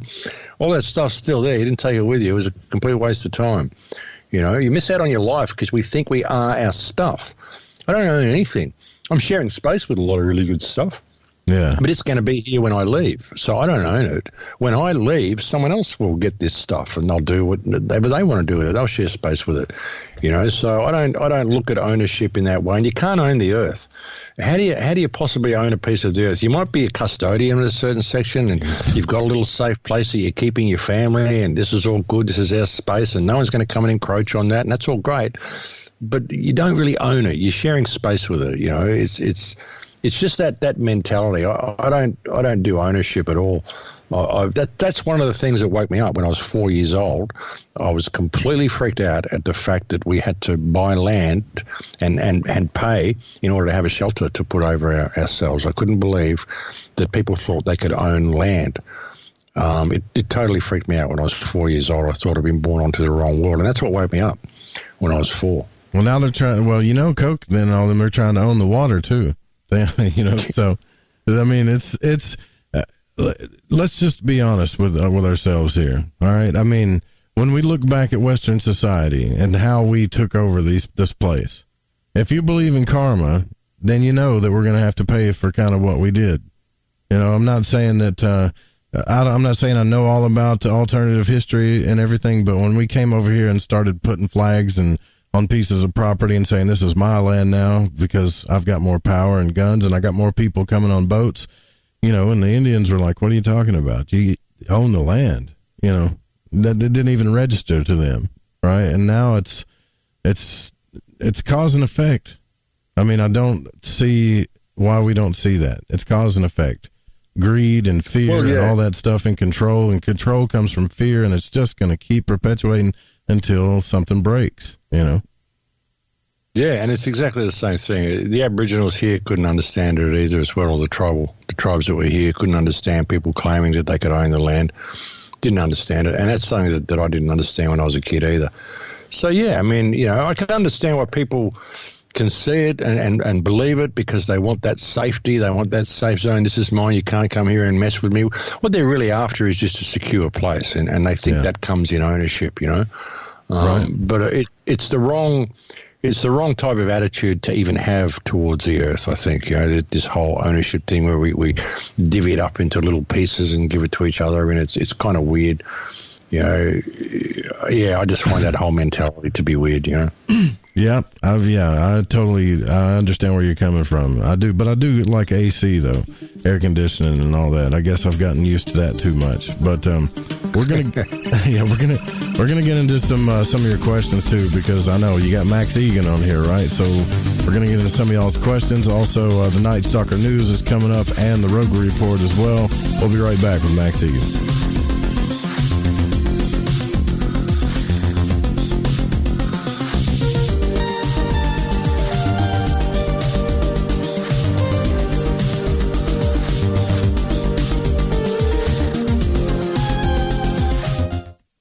This is Rev Dan Lopez from Spiritual Warrior Today Radio, and you're listening to KTLK, The Fringe FM.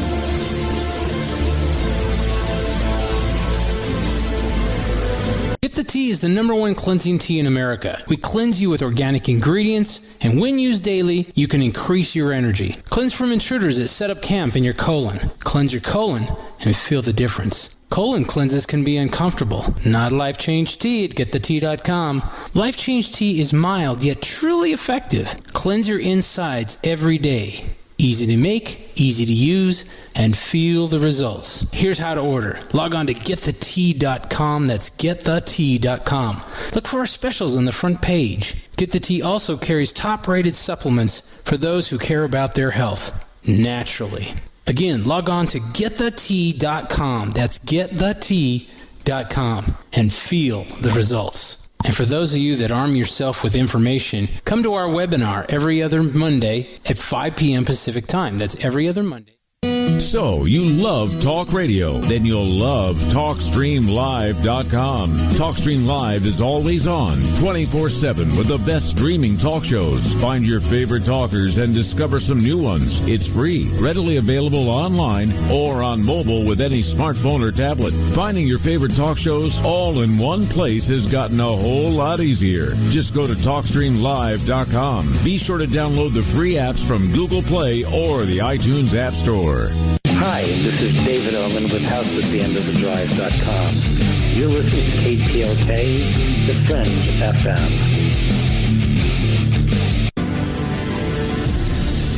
Do you want to know the truth? Are UFOs real? Are aliens visiting Earth? Are governments around the world hiding the biggest secret in history? We're UFO Seekers, official partner of the Fringe FM, and we're on a hunt for the truth. Join us as we investigate locations like Area 51 by subscribing on YouTube at youtube.com/UFO Seekers.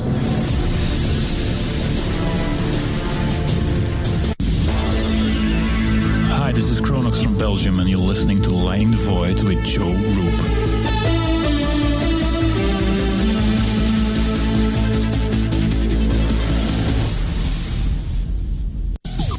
Hey, Fringe FM listeners. Did you know that when you're on the road with limited data or no Wi-Fi available, you can still listen to every minute of the Fringe FM by calling 701-719-3971.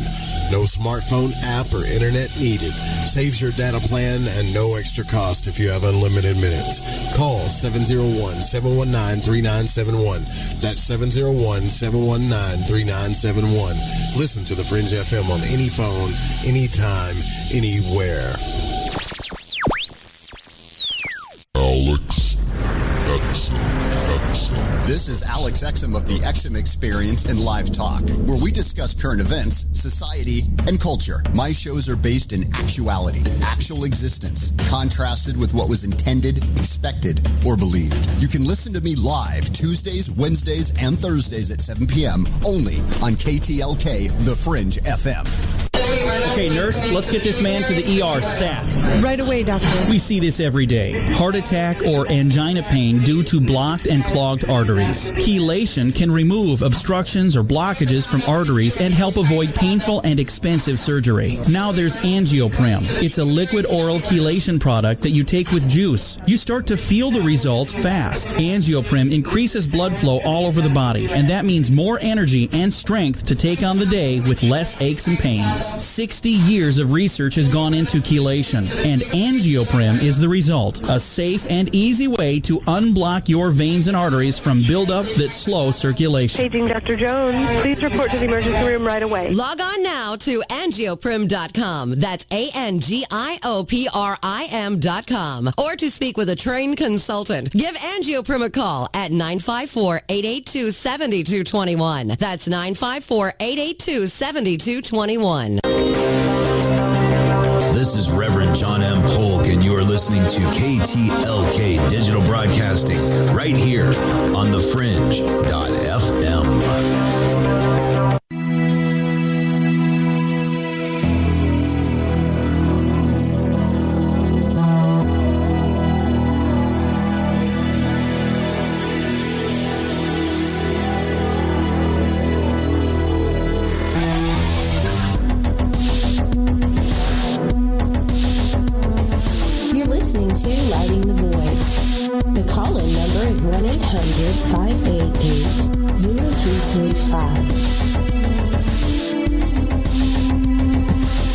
Welcome back to Lighting the Void. Our guest tonight, Max Igan.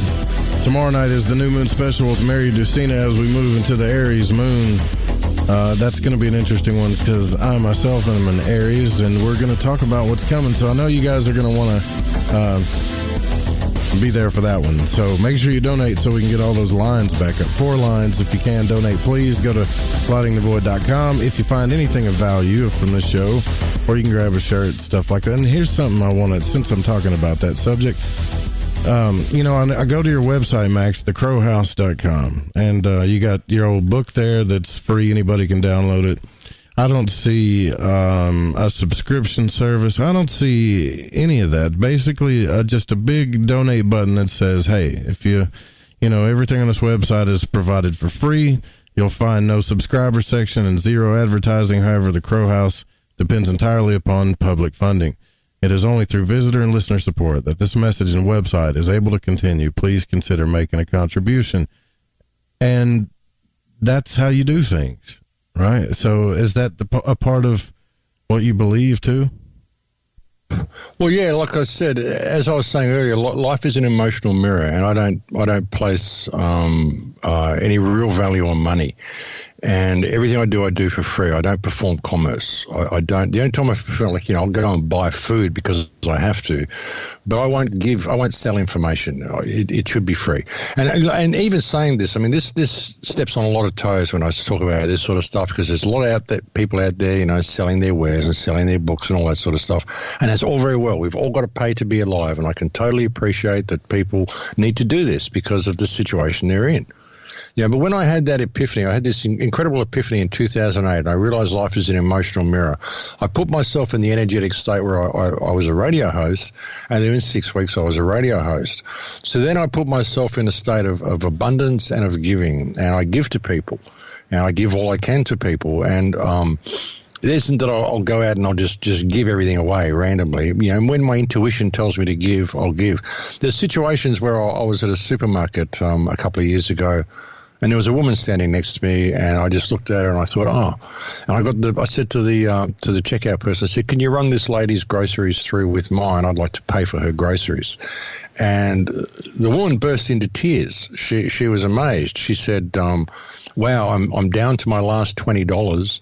And I was trying to get something nice for my daughter, and I can't believe that you would help me out like that, because she was like, it was like she was $23 or something for a shopping, and I said, I'll just put it through with mine, and she said, I paid for it, and she went to give me her $20, and I said, no, I can't accept your last $20, and then she burst into tears, and she said I restored her faith in mankind, stuff like this. So I just live my life in a state where I'm in abundance and I give. I don't perform commerce at all. I allow people to give to me what they think the message is worth, and if I ever have any more than what I need, because like I said earlier, I mean, if I had money, I don't know what I'd spend it on. I mean, I've got a car that works. I've got an old guitar. I used to be in a band. I've still got my guitars. I've got, the old PA I used to have. I've got clothes. I've got a roof over my head. There's nothing I need. There's nothing I want to buy. So I tend to give it away when I've got any more money. I've built water towers for Shipibos in Peru, villages that have got no water. I've built, it costs about $5,000 to build a water tower, drill a well, and you can build a tower. You can put containers up the top of the tower, pump the water up, run it through a filtration system, and then the village has got water. It's a big problem over there for water. I sent a lot of blankets over to the Philippines, like $5,000 worth of blankets. To Malaysia when they had that earthquake, stuff like that. So, and my intuition tells me to give to people, and I will give to them. But, then people know that you're that sort of person. They come along and try to get money out of you. Well, maybe the best thing I can give to you is to teach you self-responsibility. So, you can't allow yourself to be taken, but just listen to your intuition. The field is talking to you all the time. But we don't listen. We've forgotten that language. We've forgotten the emotional language. But we are speaking an emotional language of feeling and vibration and emotion every minute of every day. A lot of what this whole coronavirus thing is so that everyone's speaking the language of fear at the moment, fear and separation of each other, so I'm just aware of that emotional language. And because I'm in that state, and I'm in that state of constant giving to people, I don't seem to want for anything. The universe provides for me what I need. I don't ask it to. I don't expect it to. If I expected it to, then it wouldn't, because I'm not learning. And that's why it's a funny message to give to people. Like I've said, if you throw yourself to the wind, you can ride it. And I'm not saying that you should just suddenly stop doing commerce and become this giving person and think the universe is going to look after you, because if you start with that attitude, then it won't. I just completely released from everything, and I just did what came naturally to me. And when I felt I should do something, I listened to my intuition, and I did it. And it's kind of put me where I am now, where I'm just kind of floating through reality. I'm completely off the system.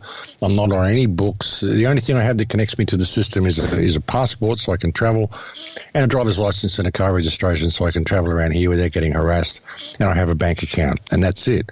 I've never voted. I've never filled out a tax form. I've never asked for any tax returns. I don't want any money from the government. Everything they give me, they stole from someone else. I don't want it. So, that's just the way I live, and it works for me. That's when I put the book out there. I put it out there for free. I think information should be free. But again, by saying that, I can't judge people badly because they are selling their books or selling their wares, because once you get caught in that loop of commerce, it's very, very difficult to get out of, because we live to our means. And once people start making an income from this stuff, well, they get a bigger house, they get a better car, they get more bills and more expenses around them.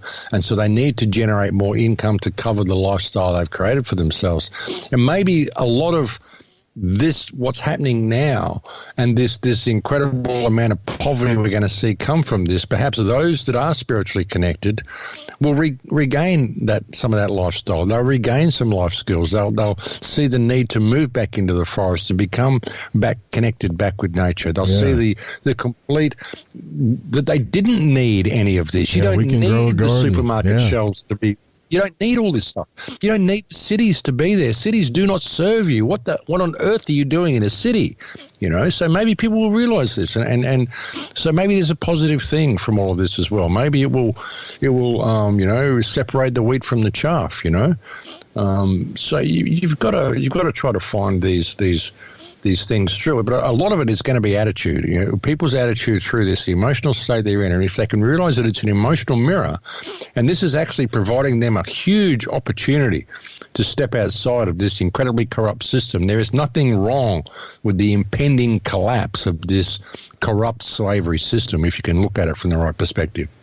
I see what you're saying. Kind of like, let it fall apart so we can do it right maybe in this time and learn from we should, honestly though, learn. If we're an evolving society, we should learn from our mistakes. You would think. We should. And it's a shame a lot of people are going to suffer through it. A lot of people are going to suffer through this collapse. And I feel really terrible about that. But, I've done what I could for the last 12 years. I've been telling people to wake up and telling them this is coming and sharing all this with them. So if they haven't got it by now and they're not prepared by now and they didn't take it seriously by now, well, unfortunately I can't help them anymore. I've done my best, and a lot of people have done their best. And that's what people have to realize through this. It's time for you to I mean, the time for waking people up is long past. I mean, they will wake up on their own through this because they will have no choice other than to wake up.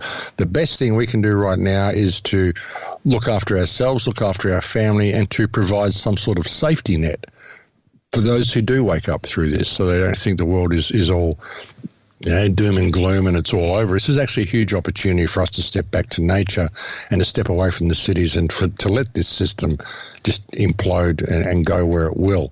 As long as we don't end up in one of the smart cities, we're going to be better off, So earlier you said we don't have a lot of time left anyways. What do you mean by that? What do you mean we don't have a lot? Well, we don't have a lot of time left as far as this financial system and this society is staying the way it is. I would say in a matter of months we're going to be in a completely different world. Yeah. So, people that are thinking about career choices and all that sort of stuff. I mean, no, you missed the boat with all that sort of stuff. Like I said, what you should be doing is preparing. Getting your own family and yourself to some spiritual high ground and some physical high ground, and being prepared to face the next chapter. This system is going to go the way of the dodo. This whole society is going to implode. The best thing people could do, I think, would be get out of the cities and don't count on any of this being here. Don't count on even this communication system being here forever. It's time for us to, prepare for the coming storm, I think, brother. Yeah, I do too. And, you brought up something about things and people want security and stuff like that. It's almost synchro that you're talking about that, because I've been talking about that with a friend of mine. I've also talked about it with my son the other day because he's a Taurus and he loves things. He loves things and material things. And, but he's emotional. He's really emotional too, Corbin. And I love him for it. But he kind of hides it. And I said, I know that you think a home is a nice house with a swimming pool and everything, and those are nice. But really what a home should be is a place that you go to get away from all the crap out there. A place you can go and reset where you're loved. And you got shelter and you're taken care of, and you really loved, not just somebody saying they love you. And you always have that place to go back to. It doesn't have to be a location. It could just be a certain family. That's what a home really is, because you can have all the things in the world, but if you go home and you're still dealing with the same crap in the home that you're dealing with out in society, then it's not much of a home, if you ask me. Yeah, precisely. Home's where the heart is, brother, and it can be anywhere. If he likes things, maybe get him a really good tent and a really good camping outfit and all this sort of stuff. Get him into those sort of things that are actually useful. Yeah, he's into that too. He's like, let's get him some bikes and go riding and stuff. So he wants to do those kinds of things. And I actually do think you're right. And just circle back around to what you said before. I think that you're right about this. There will be some good things that come out of it. Maybe we'll grow stronger as a people. And nature has a way of weeding out weakness. It just does. It's just like anything else in nature. I hate to say it, but there's a destructive force out there that gets rid of weakness, and it's not like the strong survives, but it's more like the people that are gelling with what's going on survives. But yeah. Well, there's going to be a bit of that, brother. There's definitely going to be some people weeded out through what's coming, brother. So, yeah, just stay safe and stay strong. Like I said, look after your own family. The time for waking people up is kind of past. If they haven't got it now, well, they haven't got it. But there'll be a whole bunch of people waking up through this, so you can provide a safety net for them. But let them wake up on their own now. I mean, the time we spend on trying to help these people when they've never bothered to help themselves, I mean, we got to cut the leash at some point, Back to this coronavirus thing too. If we see what it really is, maybe it is a stronger flu. I mean, the coronavirus has been around. Realistically, the name corona or the coronavirus has been around for years. It's just been what it's mutated to, and now it's like, okay, well, people are getting pneumonia faster.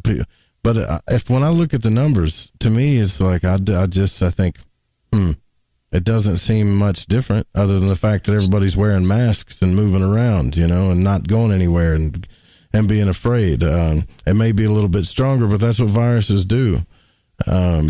It's not even. It doesn't even seem to be that stronger, though, brother. I mean, there's far less deaths than there is with the normal flu, and all the deaths that we're seeing from them, they all had underlying illnesses anyway. So, I think they've just weaponized the flu. I mean, I think with propaganda, basically, weaponized it in that respect and got people believing that the seasonal flu is some sort of pandemic. I don't buy into any of it. I don't buy into any of the such things about it at all. There was a guy that came out on the news that said, and I don't know how real it is, but he said that he tried, because it was Fox News, so you never know, right? But apparently it's a doctor that he said, look, I gave these antibodies or antibiotics to 100 people, and it cured 100 people. He said, and these are just basic Z-Pack antibiotics. So right there I'm thinking, well, what's the big deal then? Like, I'm not saying it's not a big deal, but if you can cure it the same way that we've always cured it, then I guess I'm missing something here, what the panic is about. Well, yeah, I mean, it's coronavirus, is I mentioned on the back of a bottle of Dettol, is one of the things that it cures. I've got a friend of mine's got a 1989 medical encyclopedia, like a medical journal. It's a university textbook. And coronaviruses are listed in there, and it's got coronaviruses, common cold. It's the common cold. They're all coronaviruses. There's all sorts of different coronaviruses.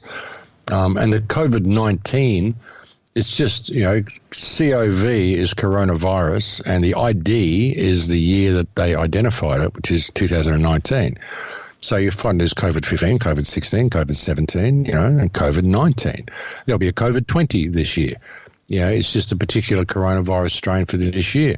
That's why it'll never go away. They can keep this going on forever and ever. It'll keep mutating. You can't get a cure for the common cold, because it mutates with every person it goes into. If I get a cold, it changes in my body, and when I pass it on to you, it's a different cold. That's why there can never be vaccines for the common cold. It's the same thing. And that's what coronavirus is.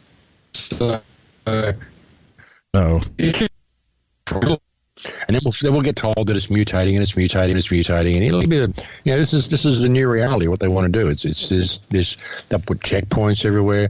They'll have mandatory vaccinations. Soon you won't be able to buy anything if you don't have a vaccination. This is where they want to take it. So it's a pretty dystopian future, brother. Hopefully we'll wake up to it before that happens. That's what I've been telling folks too. Like, look at whose money is involved with these vaccines. Really, their names. Right. And they've tested these vaccines on third world countries and killed a lot of people, doing that stuff. So before all this happened, right? I mean, I'll say the guy. People have to understand about, I'll say it. Bill Gates did that. He did a talk about depopulation on TED Talk. I think they took it down. I can't find it anymore. But he practically justified, population control. And he's been involved with some of these vaccination companies, right? And now he just bailed out of one. And there's some weird stuff going on behind the scenes, really. Oh, there is, and if Bill Gates is involved, then you don't want to go there. So, he's like the perfect evil guy, right? Like almost like I'm not trying to profile the guy, but if you ever seen a super smart nerd guy that had changed the world with PCs, and then all of a sudden we don't know what how you were talking about the shadow earlier, right? We like to point our finger and say, look, there's the bad guy there, right? Bill Gates or whoever, because they got a lot of money. But what we really are saying is power corrupts, right? What would I do if I had that much money? We like to think that we would do, the right thing and stuff and always be the good guy. But when you got that much power, that kind of energy, you don't know what you're going to do with it. And the shadow shows us that it's easily corruptible. So I'm not trying to blame Bill Gates. I'm just saying evil is evil, and it works through people in a certain way, Yeah, it seems to. It absolutely does seem to. I don't think that power corrupts. I think that power attracts the easily corruptible. Right. Because, like, for me, for example, if I had that much money, I would change the world. But I would never be able to have that much money because I'd never want to get into a position of control where I would be making that much money.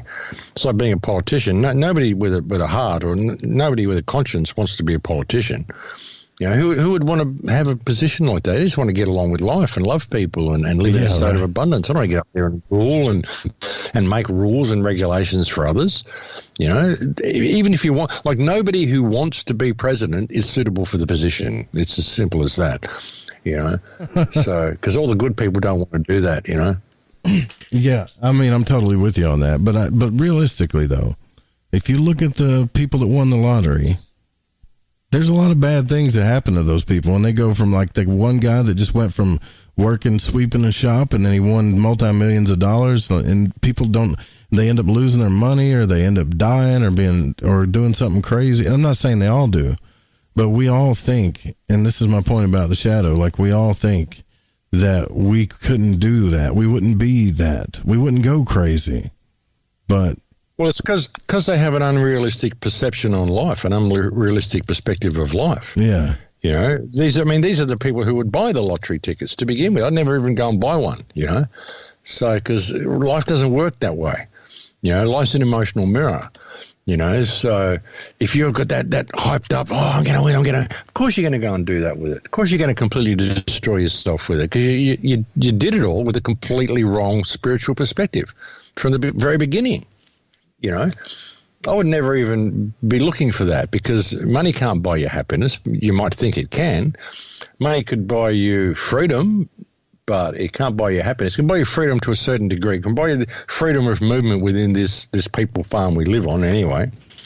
You know, because, I mean, we're not free. We're free range. No one in the world is free. It's free range, not freedom. But, you know, a lot of money can buy you that sort of stuff. You can be a bit freer on the free range, but it can't buy you happiness. Happiness is you know, you can find happiness in the simplest of things, you know. So, well, people are chasing a lot of money just have right now. Completely wrong perspective. I mean, I ain't trying to get all negative about this, but there's actually articles on the Drudge Report where, you know how we're talking about adapting to your environment? Well, there's strippers right now that have gotten sent, you know, they can't go to work, so they're going house to house right now, you know. Like, at least they're adjusting to their environment instead of sitting around talking about how scary it is. And they're trying to do what they're trying to do. But yeah, I heard a comment here. I saw an article in the newspaper how bad the coronavirus is affecting the sex industry. You know, no one's going to brothels. Oh.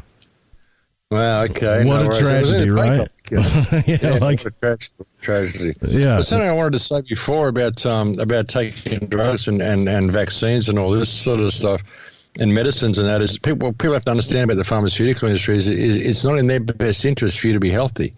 They want to sell you pharmaceuticals. So they're not selling you stuff to get rid of the sickness. They're selling you stuff to get rid of the symptoms and to keep the sickness and to help you hopefully get some sort of another ailment that they can sell you medication for. So people need to look at that when looking at any of this medical industry and realize that, they're not there to help you. Bill Gates, you know, it's vaccinations and all this sort of stuff. If he's involved in the pharmaceutical industry, he's involved in that industry for profit. It's a for-profit industry. It's not for health. It's for profit, you know. So people need to consider that. But I just wanted to inject that. No. Yeah, you're right. I mean, all you got to do is watch one of their trials that they go through. I watched one before where the leader of a big pharmaceutical company, I don't know if I think it was Pfizer, but you know how, do you remember the young guy, I forget his name, that was running the pharmaceutical company, and he was just back there smiling while they were accusing him of all this stuff, because it's like, yeah, whatever. I mean, I'm either going to get away with this stuff or I'm going to pay my court costs and get out of here, and then we're just going to go back and keep doing what we're doing. Like, people don't know just how easy these folks got it. Like, they're running the world right now. Oil companies and the pharmaceutical companies and big tech, you know, pushing 5G and all this other stuff. That's all it is, man. Military, oil, and tech and pharmaceutical companies. That's what's running us. But absolutely, I don't have to do any research to know that. Like, I can just, common sense should tell us that. And I feel like, why are we not seeing this? You know, and maybe this is what it's going to take. I don't know, Max. Maybe this is it. But well, that's what I mean.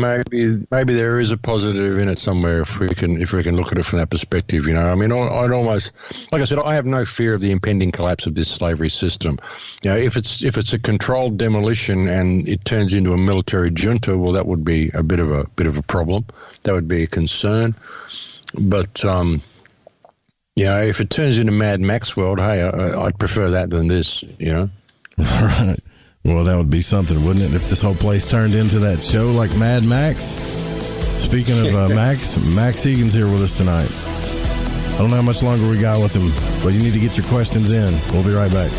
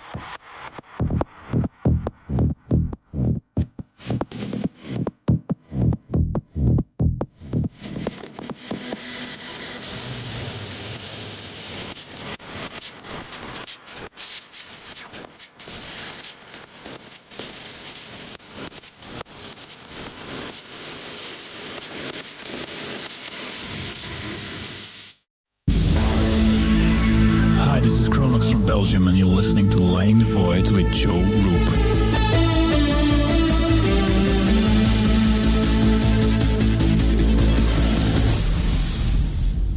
He controls all the newspapers and the television.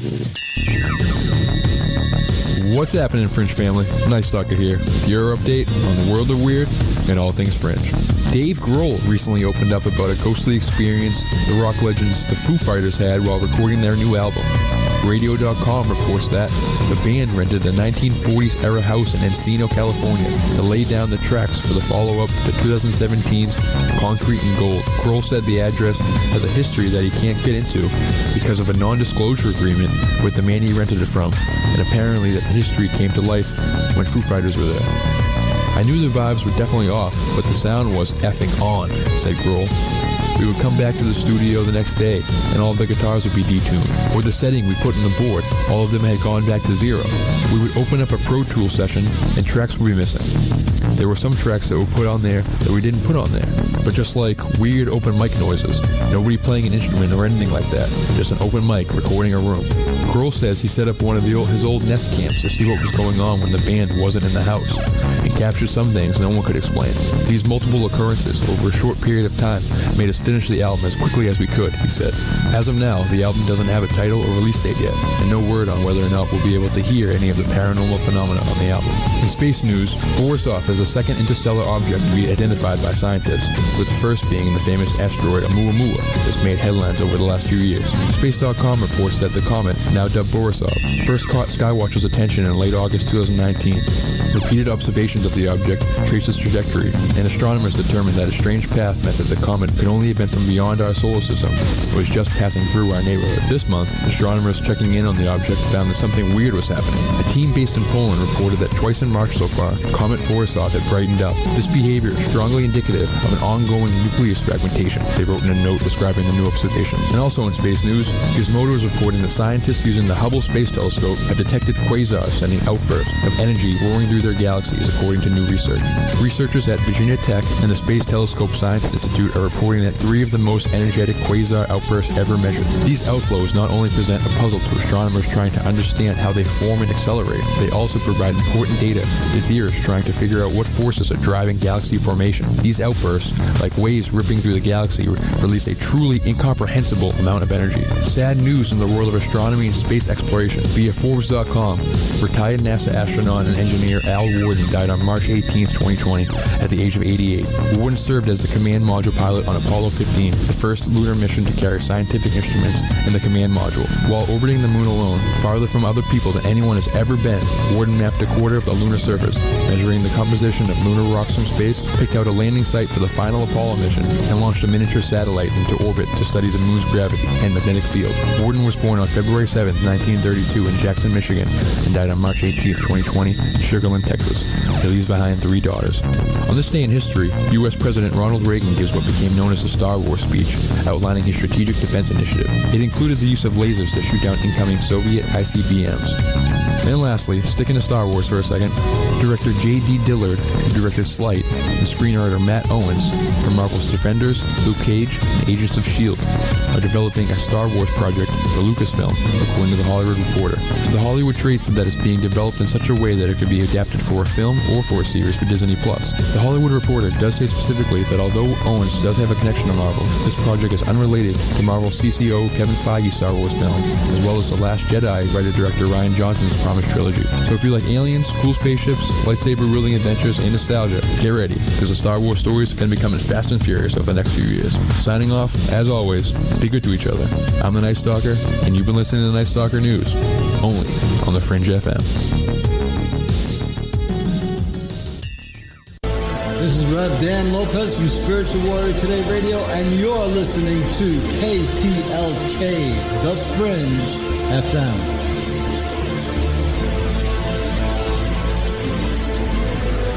This is the Rogie Report News on the Fringe FM. I'm Jess Rogie. With the COVID-19 pandemic spreading across the nation, healthcare workers are on the front lines. During the outbreak in China, the Chinese started implementing technology to aid the workers. The Smart Field Hospital is a trial aimed at relieving exhausted healthcare workers, even as the outbreak in China has slowed in recent weeks. All medical services in the facility were carried out by robots and other IoT devices. IoT also stands for Internet of Things. Patients wore smart bracelets and rings that synced with CloudMind's AI platform, so their vital signs were sent to doctors and nurses. Doctors and nurses also wore devices to catch any early signs of infection. Some robots provided information and entertainment, while others carried food and medication to patients to minimize human contact. There were also anonymous droids that would spray disinfectant and clean the floors.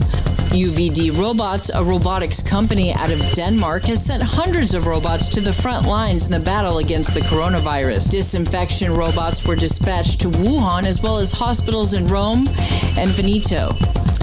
The machines emit powerful ultraviolet light that can decontaminate surfaces by tearing apart strands of the virus's DNA.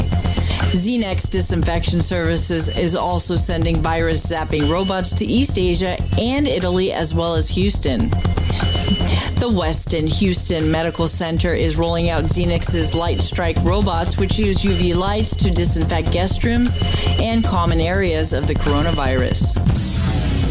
Egyptian blue, also known as calcium copper silicate, is one of the earliest artificial pigments created by humans, and the oldest known sample is from about 5,000 years ago.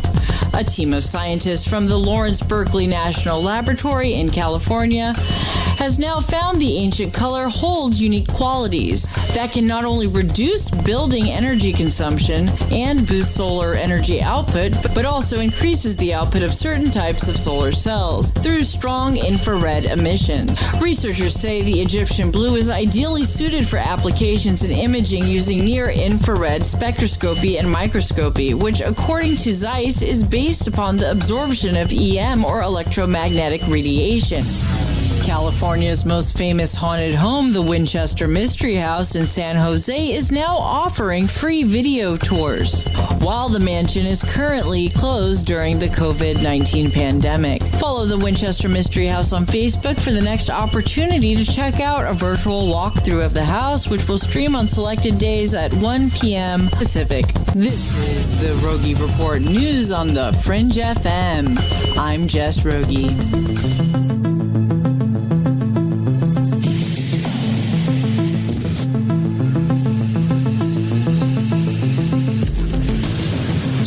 Joe, pick up the phone, dial 1-800-588-0335, toll free from the United States or Canada.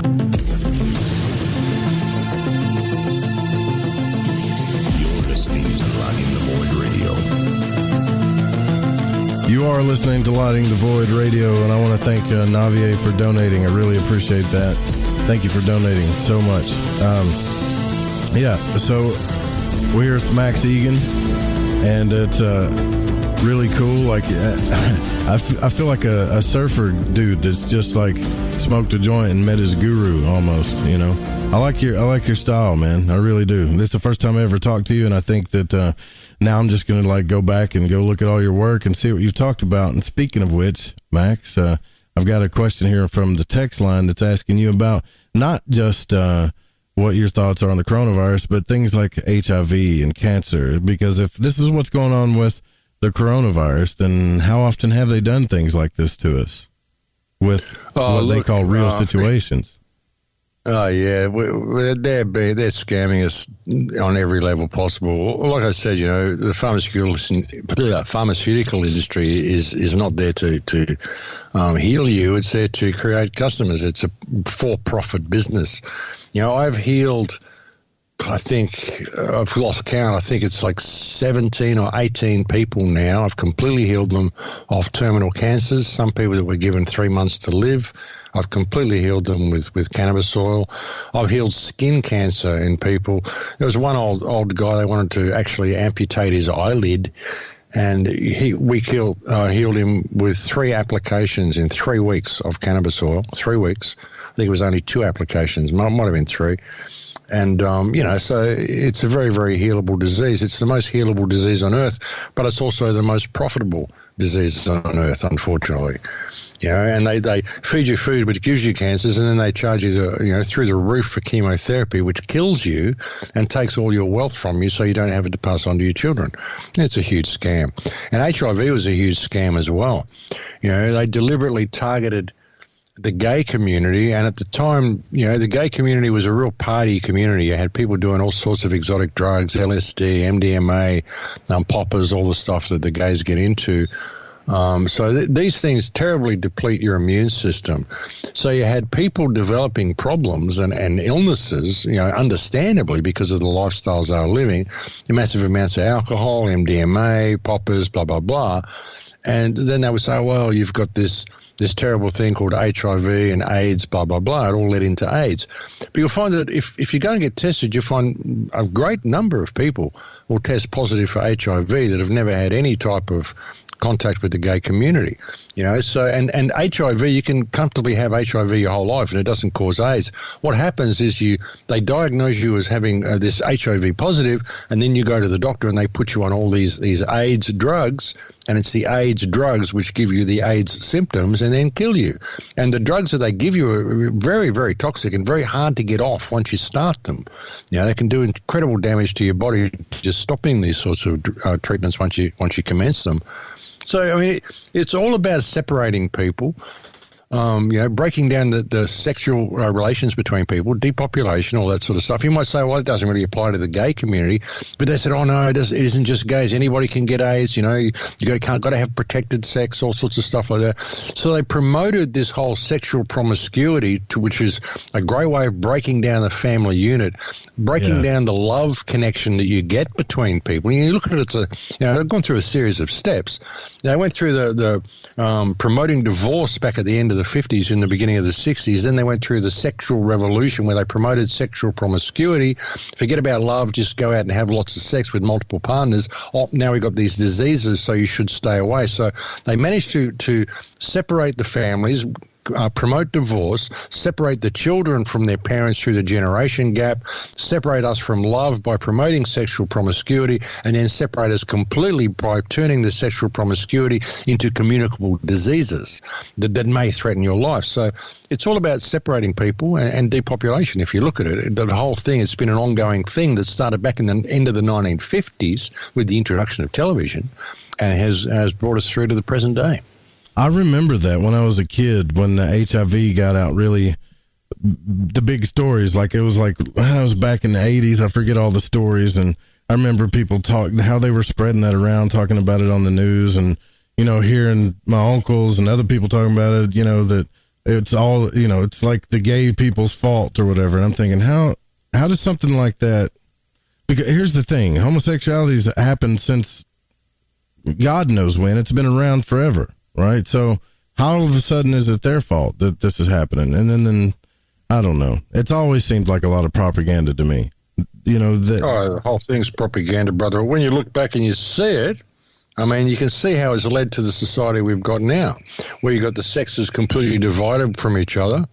You know, everyone's scared of having any type of normal relationship, and if they do, it's all, you know, you're kind of entering into a business agreement with your partner. You know, the women are looking for a man who's financially stable, you know, or whatever.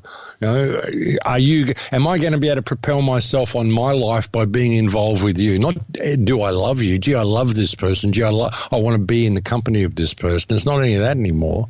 You know, it's all economically based. So you can see exactly what they've done to us and where it's all led to. Yeah.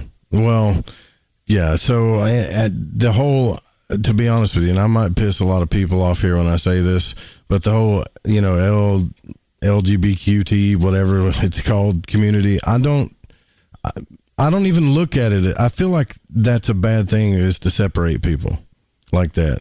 Well, it is. It should have a T on the end of it as well. So, you know, transsexuals as well. Yeah. You know, and you know, I have no problem with gay people. I've never been a homophobe. No, I don't either. I just feel like it's bad to start putting people in categories, man. Like, it is. But the more I'm seeing this LGBT thrown at me, I'm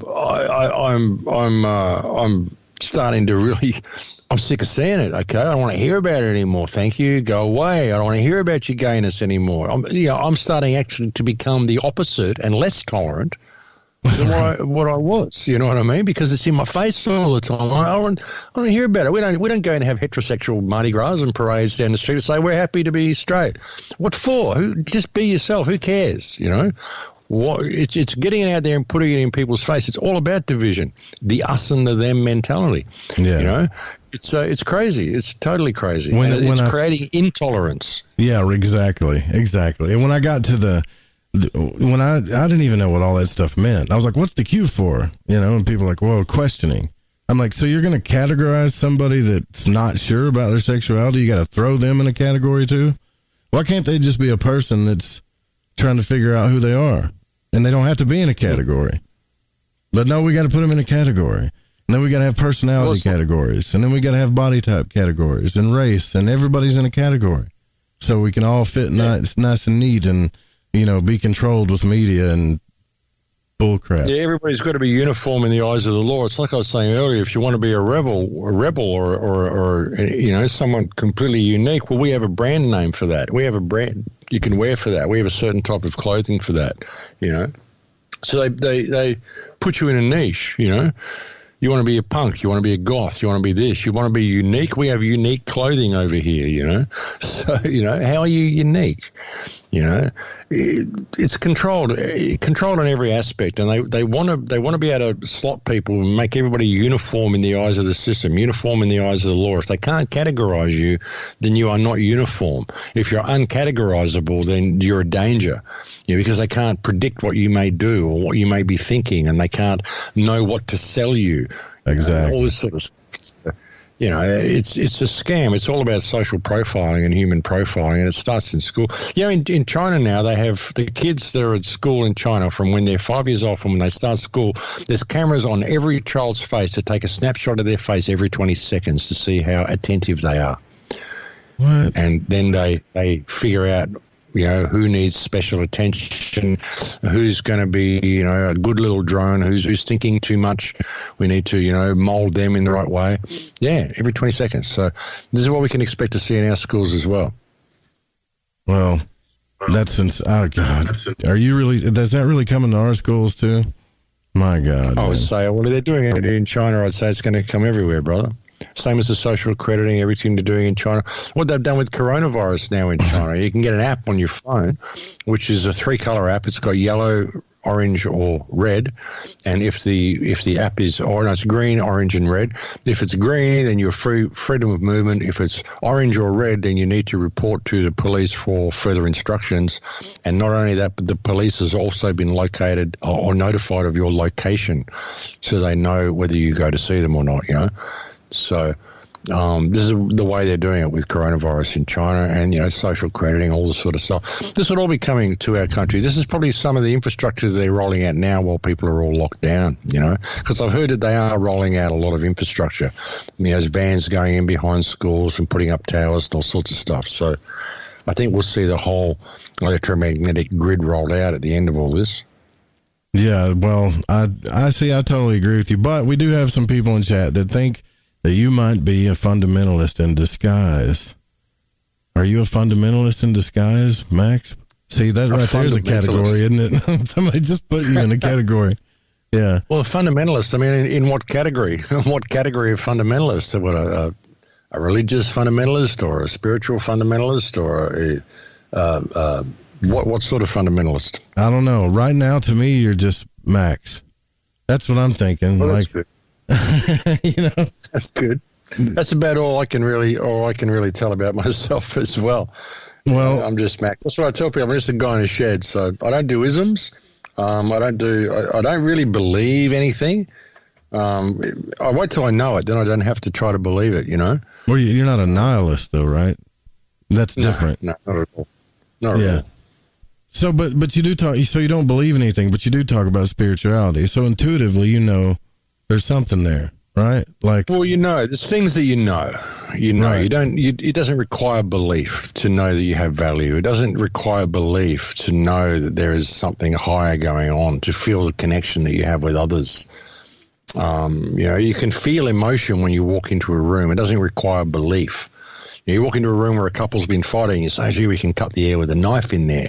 You just know when you walk in there, you can feel the energy in the room. And there's a problem here.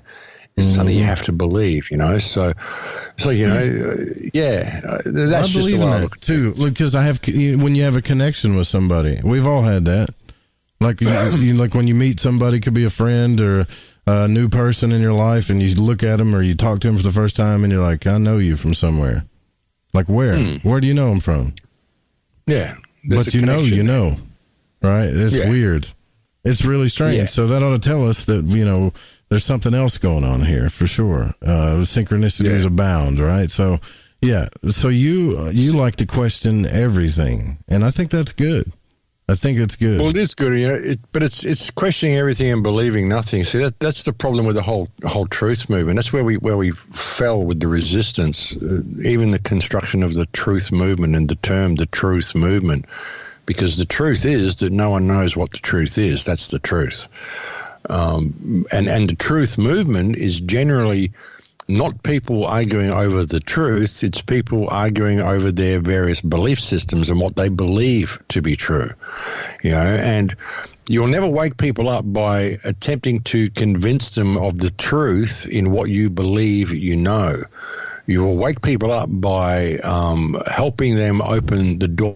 Always to ask the questions for themselves so they can discover their own truths themselves, But I find that the truth movement is mainly a lot of people squabbling over their belief systems. Nobody's prepared to admit that they don't know, that everything is possible, and we don't actually know a lot of what's going on. There's certain things that we're in agreement of. I mean, we know that the government's out of control. We know that the police are out of control. We know certain things, but it's this need to find out who they are and to point the finger at it and to, do all that sort of stuff, rather than simply looking at our situation and realizing that we have a clear and present danger and we need to step out of it. We're supporting this slavery system ourselves by our own, compliance with it. And we need to address that and step out of it and stop thinking that we know all this stuff that we can't possibly know, you know? That's the problem. And it's the whole truth movement. It should be called the freedom movement or something, but not the truth movement, because like I said, the truth is that no one knows what the truth is, and that's the truth.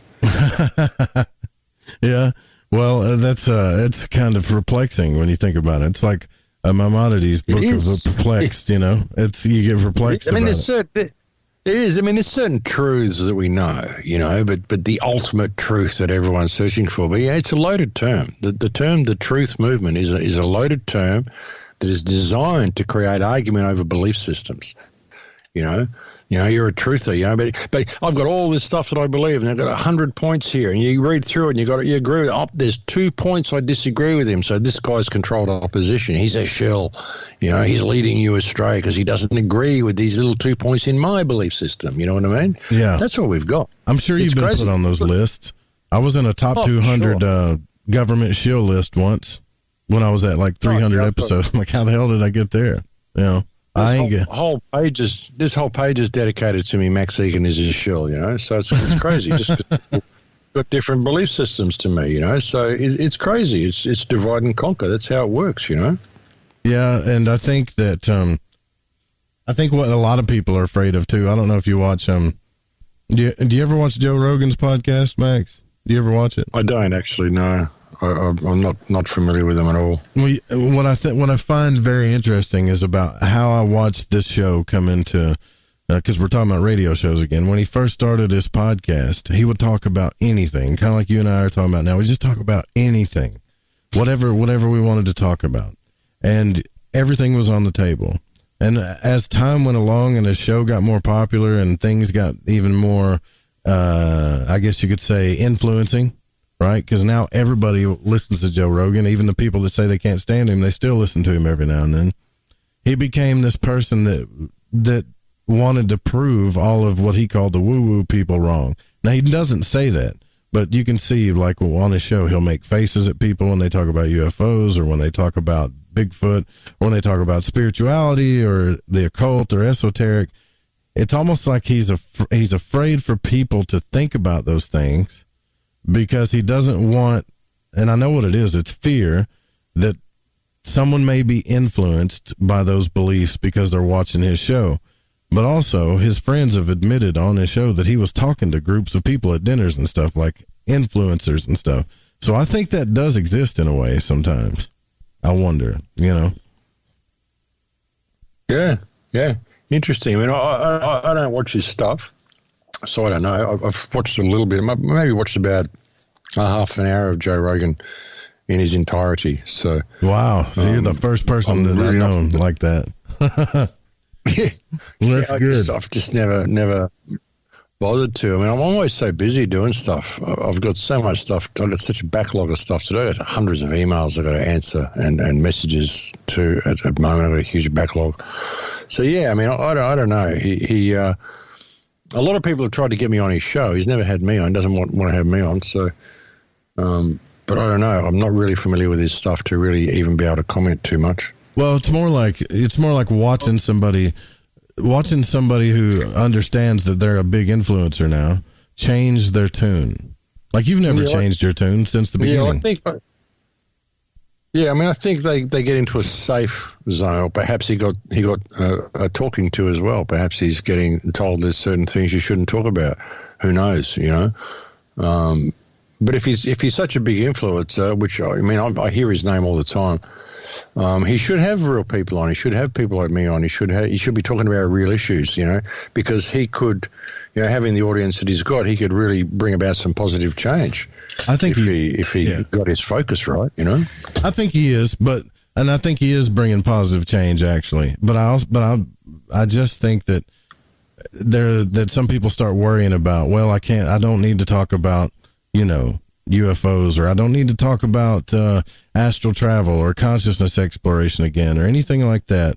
But when I do, I'll make sure that I bring up DMT and that it could just be all on the mind, so people don't think that I have any type of spirituality in me or any type of esotericism, or there's still that worry that goes on, you know? Yeah, well, I don't talk about UFOs or anything. I've never done that on my show, simply because I don't have any first-hand information to share on it. A lot of people ask me, what do I think about UFOs and stuff? And I just say, well, I saw one once. I saw a UFO in broad daylight in the year 2000. I was in Bundaberg, Queensland. I was with about 4 or 5 other people, and we all saw it.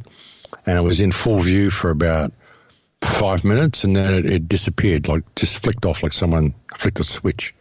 And it was a classic UFO. It was a disc with a big glowing light and flashing light, the whole thing. Everything you could imagine a UFO to be. Really? That's my experience with UFOs. I mean, who was driving it? I don't know. I didn't meet the driver. And as far as UFOs in any other discussion of UFOs goes, I don't know. All I know is what I've read in books and what I've read from other people, and I have no way of confirming whether any of that's true or real. So, if people are asking me to comment on it, all I can really do is give you an opinion which is based on no personal experience and succeed in muddying the waters a little bit more, because all I'm doing is giving you an opinion of someone else's opinion, which I have no way of confirming to be true, And it's the same as most of what we read in books is simply an author giving you his opinion of several other books that he read and combining it all into what he's figured out, and it's simply giving you the opinion of another author who probably is just giving you the opinion of a previous author. So none of these people have ever examined the issue in question themselves. They've simply taken the opinion of others at face value, and they've embellished it, and they've muddied the waters a bit more and given you their opinion of what's going on. If you don't have any first-hand experience on it, then why bother pretending that you're any type of expert on it? That's always been my attitude with all that sort of stuff. And that's why when people have asked me about UFOs, that's basically what I've said. Look, I've got no first-hand knowledge to give you. So I know I saw one who was driving it, no clue. But do UFOs exist? Yes, they do, because I've seen them. It was flying. It was an object. It was I couldn't identify it, so therefore, it's an unidentified flying object. But the question is, who is driving it? Where did it come from? No clue at all. Well, we only got like one more small segment here left of the show, but I actually do think that you do believe in not a fundamental truth, but a truth, and then maybe you can tell me if I'm wrong when we come back. But I don't think I am. Max Igan's with us. We'll be right back.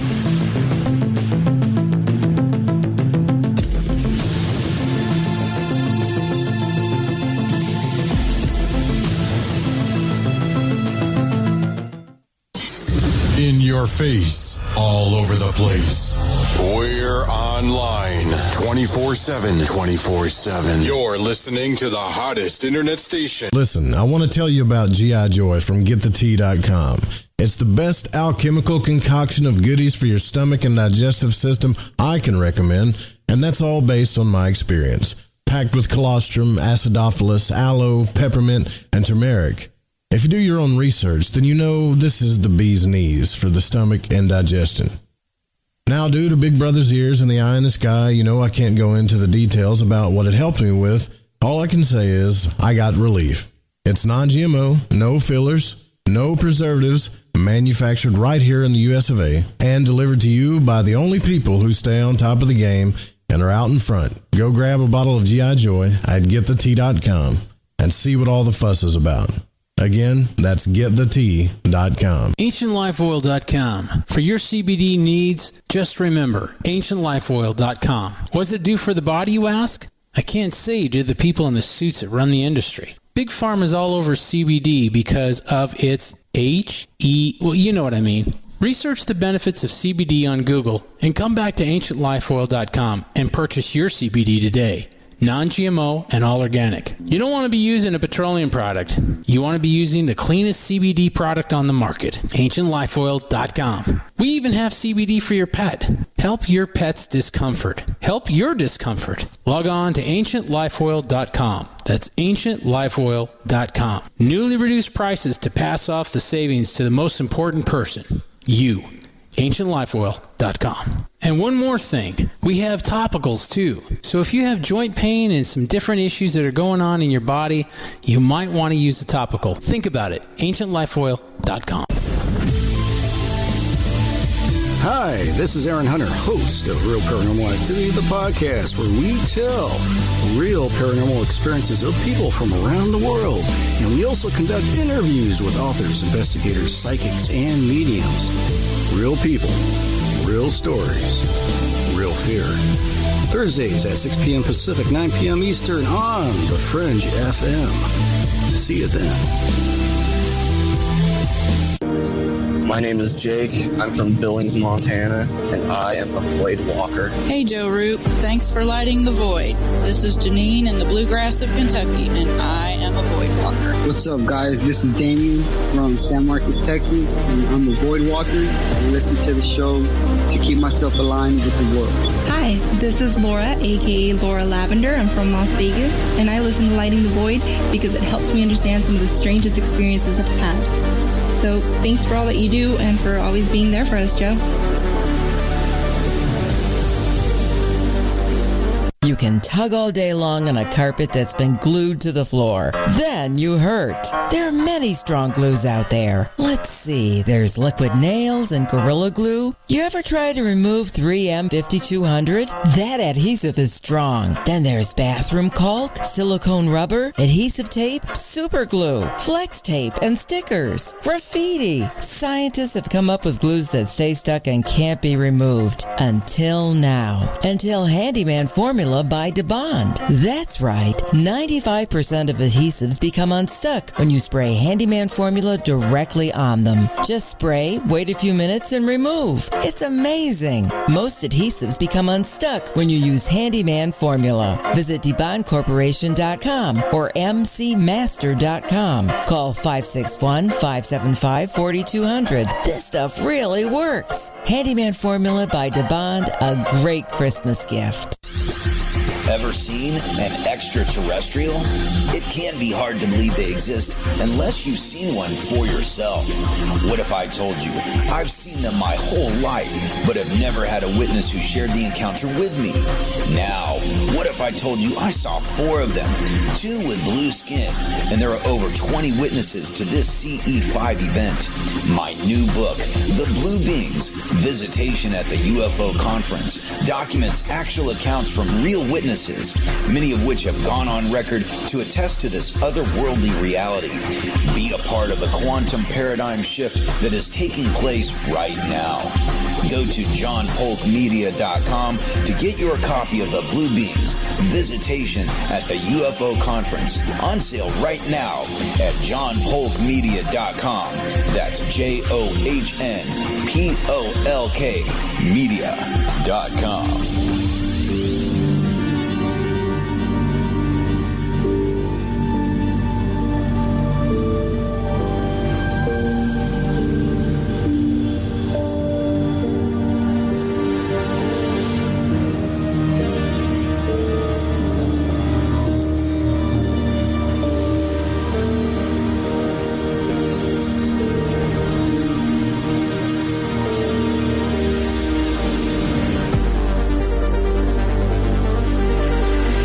Well, I know a lot of people thought, possibly that I was going to have Max Igan on tonight and talk about all of the several conspiracy theories that everybody likes to talk about and that Max touches on. But here's the thing. I want to get into the mind of this man, and I realize that you just question everything. You're definitely all about the void, man, trying to figure out what's really going on so we can get down to the truth first before we start telling everybody that we know, right? Because we don't know anything. We think we know. And that was the famous, I've interviewed Jordan Maxwell a few times, right? And the more he talks about all this stuff, he really starts pushing that. He'll say, you just think you know, but you don't know. And I would ask him, I'd say, Jordan, well, what do I not know? Tell me. And it never could tell me, like, what is it that I don't know? We could come up with a lot of really interesting stuff to look at, and we're all grateful for him for doing that. I think Jordan Maxwell opened the doors up for all of us to look at these things, but he, like all of the other people we've had on the show, just want to know the truth. It doesn't matter if you're an author, a scientist, it doesn't matter who you are. We all got the same questions, and until, I think what you're trying to say here is, before I talk about this ultimate truth you're talking about, is until we can get past the lies and actually become free, like you said, we might actually start to know. But we need to work on that first, right? Yeah, well, it's what it is we want to know. I mean, all I really would like to know is how the hell we got here. You know, how the Earth got so discombobulated. Because, you know, if you know that, then you think you might be able to find the way back to freedom. But, you know, it's when it becomes, you know, the quest for knowledge becomes the enemy of itself. And it's interesting to say, but the fight for the push for freedom is impeded by the quest for truth. No. Because the truth is that no one knows what the truth is, and everyone wants to be right, and it just creates this argument. And we want to know the truth about things we don't need to know. You know, we want to know where the Earth is. We want to know what the planets are made of. We want to know what's up in the stars. We want to know all this stuff that we don't need to know. We don't need to know any of this stuff. Sure, it'd be nice to know. It'd be nice to know all sorts of stuff, but we don't need to know. You know, if you want to look at it, even take it back to, like, look at biblical references and stuff, you know, with the Garden of Eden, Adam and Eve, the whole, you know, what it would be like to have a human experience in a magical garden, you know, in a garden of beauty and abundance. If you put it back to that, it was when they bit from the apple and they wanted to know things. You know, when you do that, your need to know how everything works leads to the situation that we're in now. Is the analogy I always use is that, you know, as soon as you pull the Earth apart, you start pulling the Earth to pieces because you want to know what the rock's made of. You start trying to pull the universe to pieces because you want to know what the stars are made of, all this sort of stuff. The analogy I use is you don't tear a kitten to pieces in order to love it.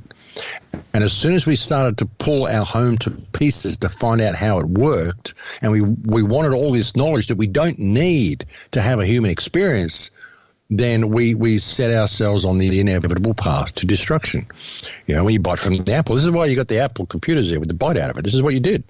This is what you did. By this internal quest for knowledge that you want, you create this system. You create this whole internet system, the Lucifer system, which is what it is, the bearer of light. What is light? Light is information. What gives us more information than anything else? It's the internet.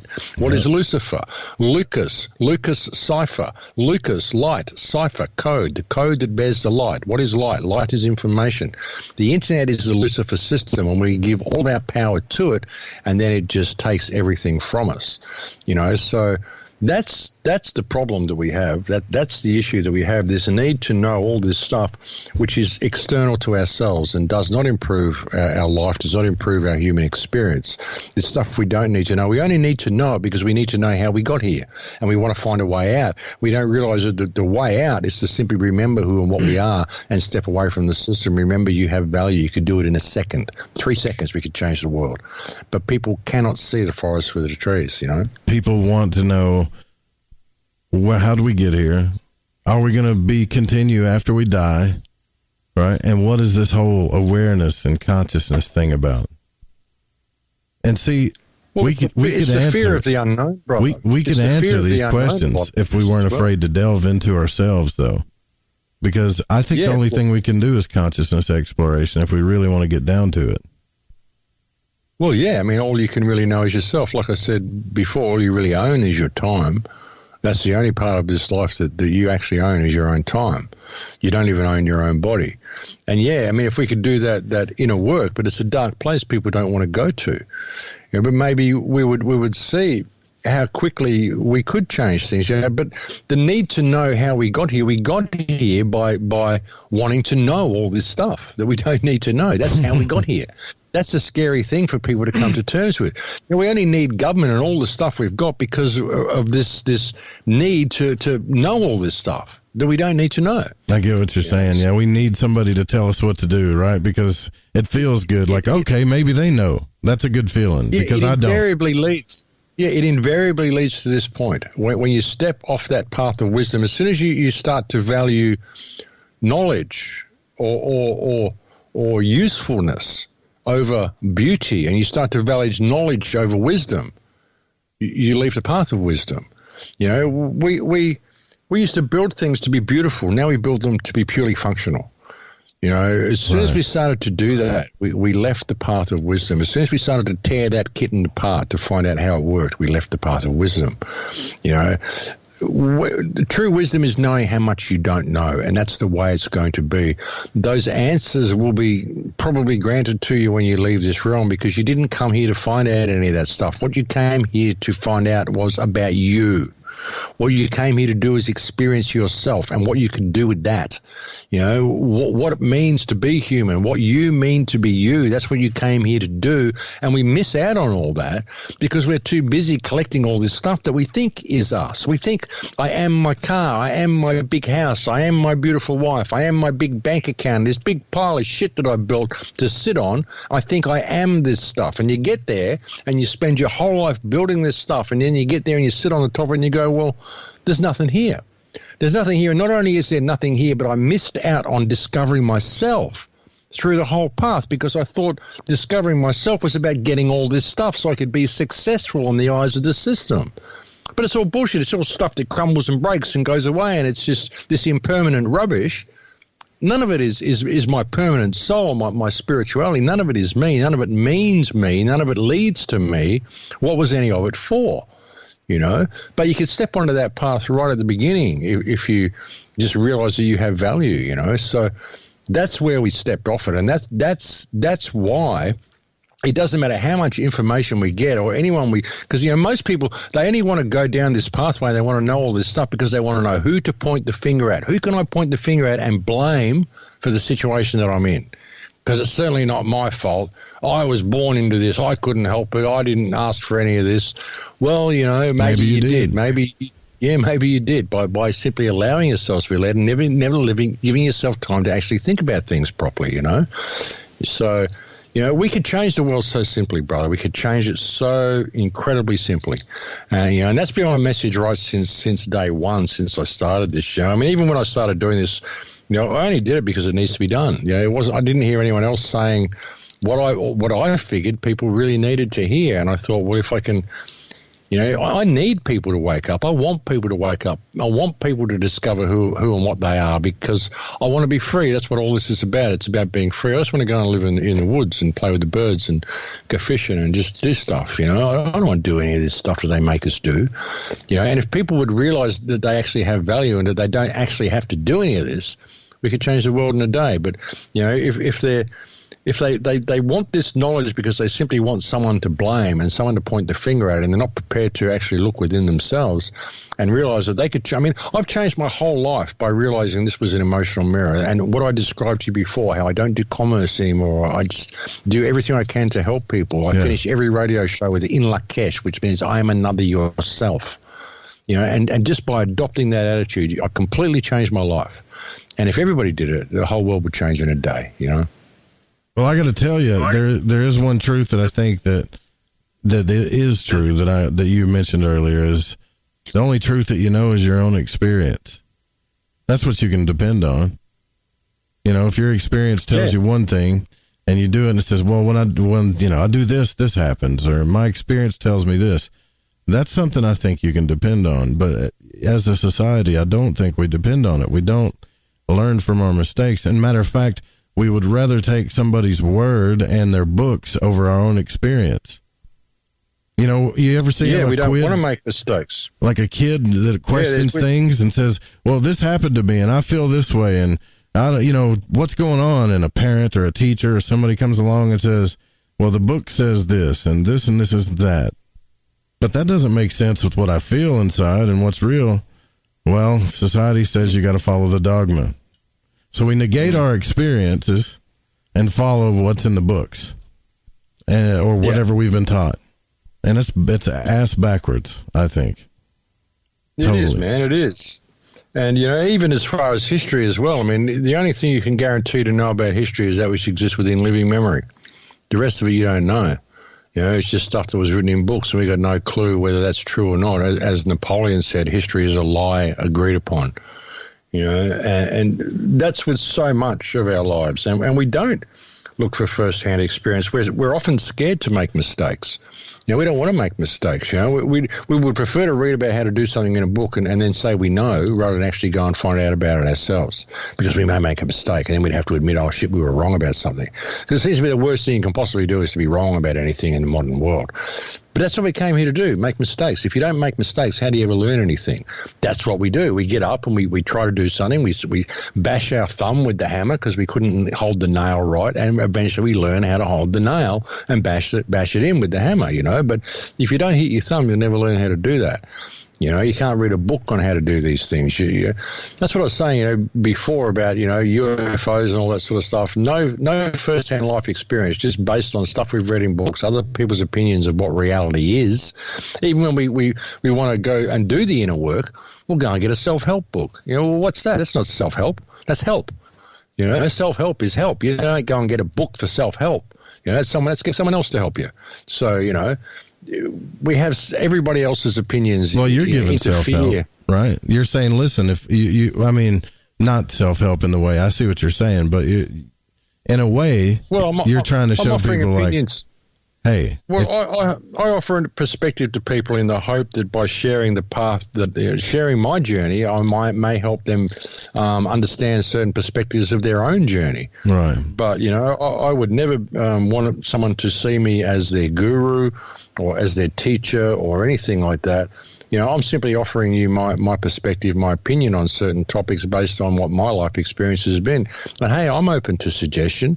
But if I can share my life experience and hopefully, alleviate someone else's pain and help guide them on their way, so that when they make certain mistakes in their life, they'll understand what they're for. That's wisdom. That's kind of good. That's what I'm trying to do. But, I'm not saying you can follow my path and have things work out the same for you, because you're not me. And you shouldn't want to do that anyway. But that's all these people writing these self-help books are doing, is they are sharing with you their path in the hope that may bring something in order to your path. But you shouldn't try to walk their path. You may gain some insights into understanding yourself through reading about their path, but don't try to walk their path and think, well, if I read this, whatever it is, Tony Robbins' book or whatever, and suddenly do what he said, I'm going to become like him. That will never happen. You're on your own path. It's completely unique to you. And all you can really hope to gain from this is some sort of perspective or understanding of some of the trials and tribulations you may be going through yourself. And that's when I've done the spiritual shows, that's really all I've been attempting to offer with people, offer to people. Right, so this is my whole point. Like, I swear on everything, this has been my point for the longest time. Are you I'm going to ask you some easy questions here. Are you a doctor or a scientist? Are you a guru in any type of field, Max? No, I don't think so, no. And yet, here's a guy that's just simply asking the right questions, and you've developed one hell of a following as if you were an expert in some sort of field, and I'm sure people have treated you that way, right? They have, but it's all very strange when people treat me that way. I really try to point out to them that I'm just a guy in a shed. I'm a social misfit, and that's the I'm whole a guy in a shack, yeah. And that's the whole point, that you don't have to be somebody with any type of formal education in anything to simply make a difference and have a voice. All you got to do is be comfortable with who you are. And the fact that I'm just a nobody, I'm a guitar player, I'm a social misfit. That shows you that anybody can do this. I'm not anybody special at all, and that's the whole point of the whole thing. Man, I've been saying that forever, but I think it helps when some other people say it too, and they agree with you and say, yeah, because I believe that we are in a time of expression. Right, seriously, like right now, while everybody, because we can wrap this back around to what we started the show with the coronavirus stuff. Right now, everybody's got an internet connection. Everybody can express themselves, whether they can write, they can blog, they can talk to people, chat, whatever. And they might find out that if you just have a little faith, and hold a little value in yourself. That's a big thing you said tonight. People have value. Stop questioning yourself. Don't think that, maybe I'm saying the wrong thing, or am I wondering the wrong thing? Say how you feel. And then you'll find that you'll vibrate that, and then other people will go, I know exactly what you're talking about. Right? Yeah. And that's how things get started. Yeah, and that's the only reason I think my show's been so successful and so popular is because it's just down home kitchen table talk. I'm not trying to over intellectualize anything. I'm just saying what I feel, and I'm not pulling any punches. I'm just conveying real human emotions, and I think that resonates with people, and hopefully it inspires people. And that's really what it's about. When I've had people write to me and say you've changed my life, and that's what it's for. Right. That is the food that keeps me going. The fact that people find this positiveness in themselves, and the more people that feel like that, then the more the world will change by default into something better. So, the best we can hope for is to inspire others to discover themselves and the beauty and the truth of themselves. That's what I hope to do. That's what I hope to achieve with the shows, anyway. Yes. Someone said, "Hey, let Max know he's actually a smart adventurous." At least the way we define one. Yeah, man. I mean, I would say that, but you're definitely an explorer of the truth. But it does become frustrating when you start asking a lot of questions and you wonder why people aren't asking those same questions, and then you realize that you're not as free as you've been told you are. And then how the hell are we going to really know if we can't be free? How are we going to know? And that's like I said before, but we're not free, we're free range. We're like we're free range. We are, man. We're like, if you think about it, and I ain't trying to be negative, right? But if you think about it, we are pretty much like cattle. It just, our fences are a little bit bigger, and we can roam and do what we want. But when it comes to the big stuff, we can't cross the road on the other side of the fence, right? Like we can't get out of line, even if we want to. So, yeah, I get what you're saying. And you've got a ton of archives, man. So if people wanted to go find and listen to your show and your stuff, everything's basically on that website and your YouTube channel, right? Yeah, thecrowhouse.com. You'll find links to everything there. And like you said, there's no subscriber section. There's nothing to buy. There's no ads. You'll find links to my YouTube channel, my old YouTube channel as well. And any of the old archives you go through back from 2008 or 2010 and shit, if the videos aren't there, you can go back to the radio page and there's a link to my old YouTube channel, and they're all still there, but they've changed all the embed codes. So I need to go back and redo about probably 200 pages on the website. So that's one day, 30,000 Chinese students have arrived in Australia since the travel ban started. It's good, that, huh? That's interesting. Yeah. So people are going to be like, man, I thought you were going to talk to him about conspiracy and coronavirus all night. But no, what I was hoping to get is like after we talk to Max, that people would see that he's just got the same questions you do. He's just not afraid to get loud about it. That's the only difference. Like, you're not afraid to get loud about it. You know when something ain't right. And I think more of us, this is the time. We need to take this time and stop being dependent on our government. We need to show our government that we can actually survive without them. Maybe even thrive if we're lucky. But I don't know, man. They might have set us up for failure on that one already. We'll see, won't we? Well, we'll see. But this is a great opportunity to do it. Definitely is. And listen, I want to thank you, speaking of opportunities, I want to thank you for coming on the show. And, I mean, you could have easily rescheduled but you came on the show, which says a lot about you, even though you were stuck in traffic. And I really appreciate you spending time with us here, man. It was cool. Thank you. My pleasure, brother. My pleasure. Happy to come on and have a chat with you anytime. It's been a good conversation. And I will leave all the links for all of you there, just in case, for the podcast listeners too, thecrowhouse.com. Also go check that out on YouTube. And tomorrow night is our New Moon special with Mary Ducina. Music was by Chronox and Steezy Stevie. I want to give a big shout out and thank you to all of you that donated tonight. Crow, Navier, also the people that have helped the show out tremendously. Amanda, Barbara, Dennis, my producer, Pacho, Jeremy Scott, Eric Markham, all of you guys in the Fringe FM chat. I love you guys. We'll see you tomorrow night. Good night.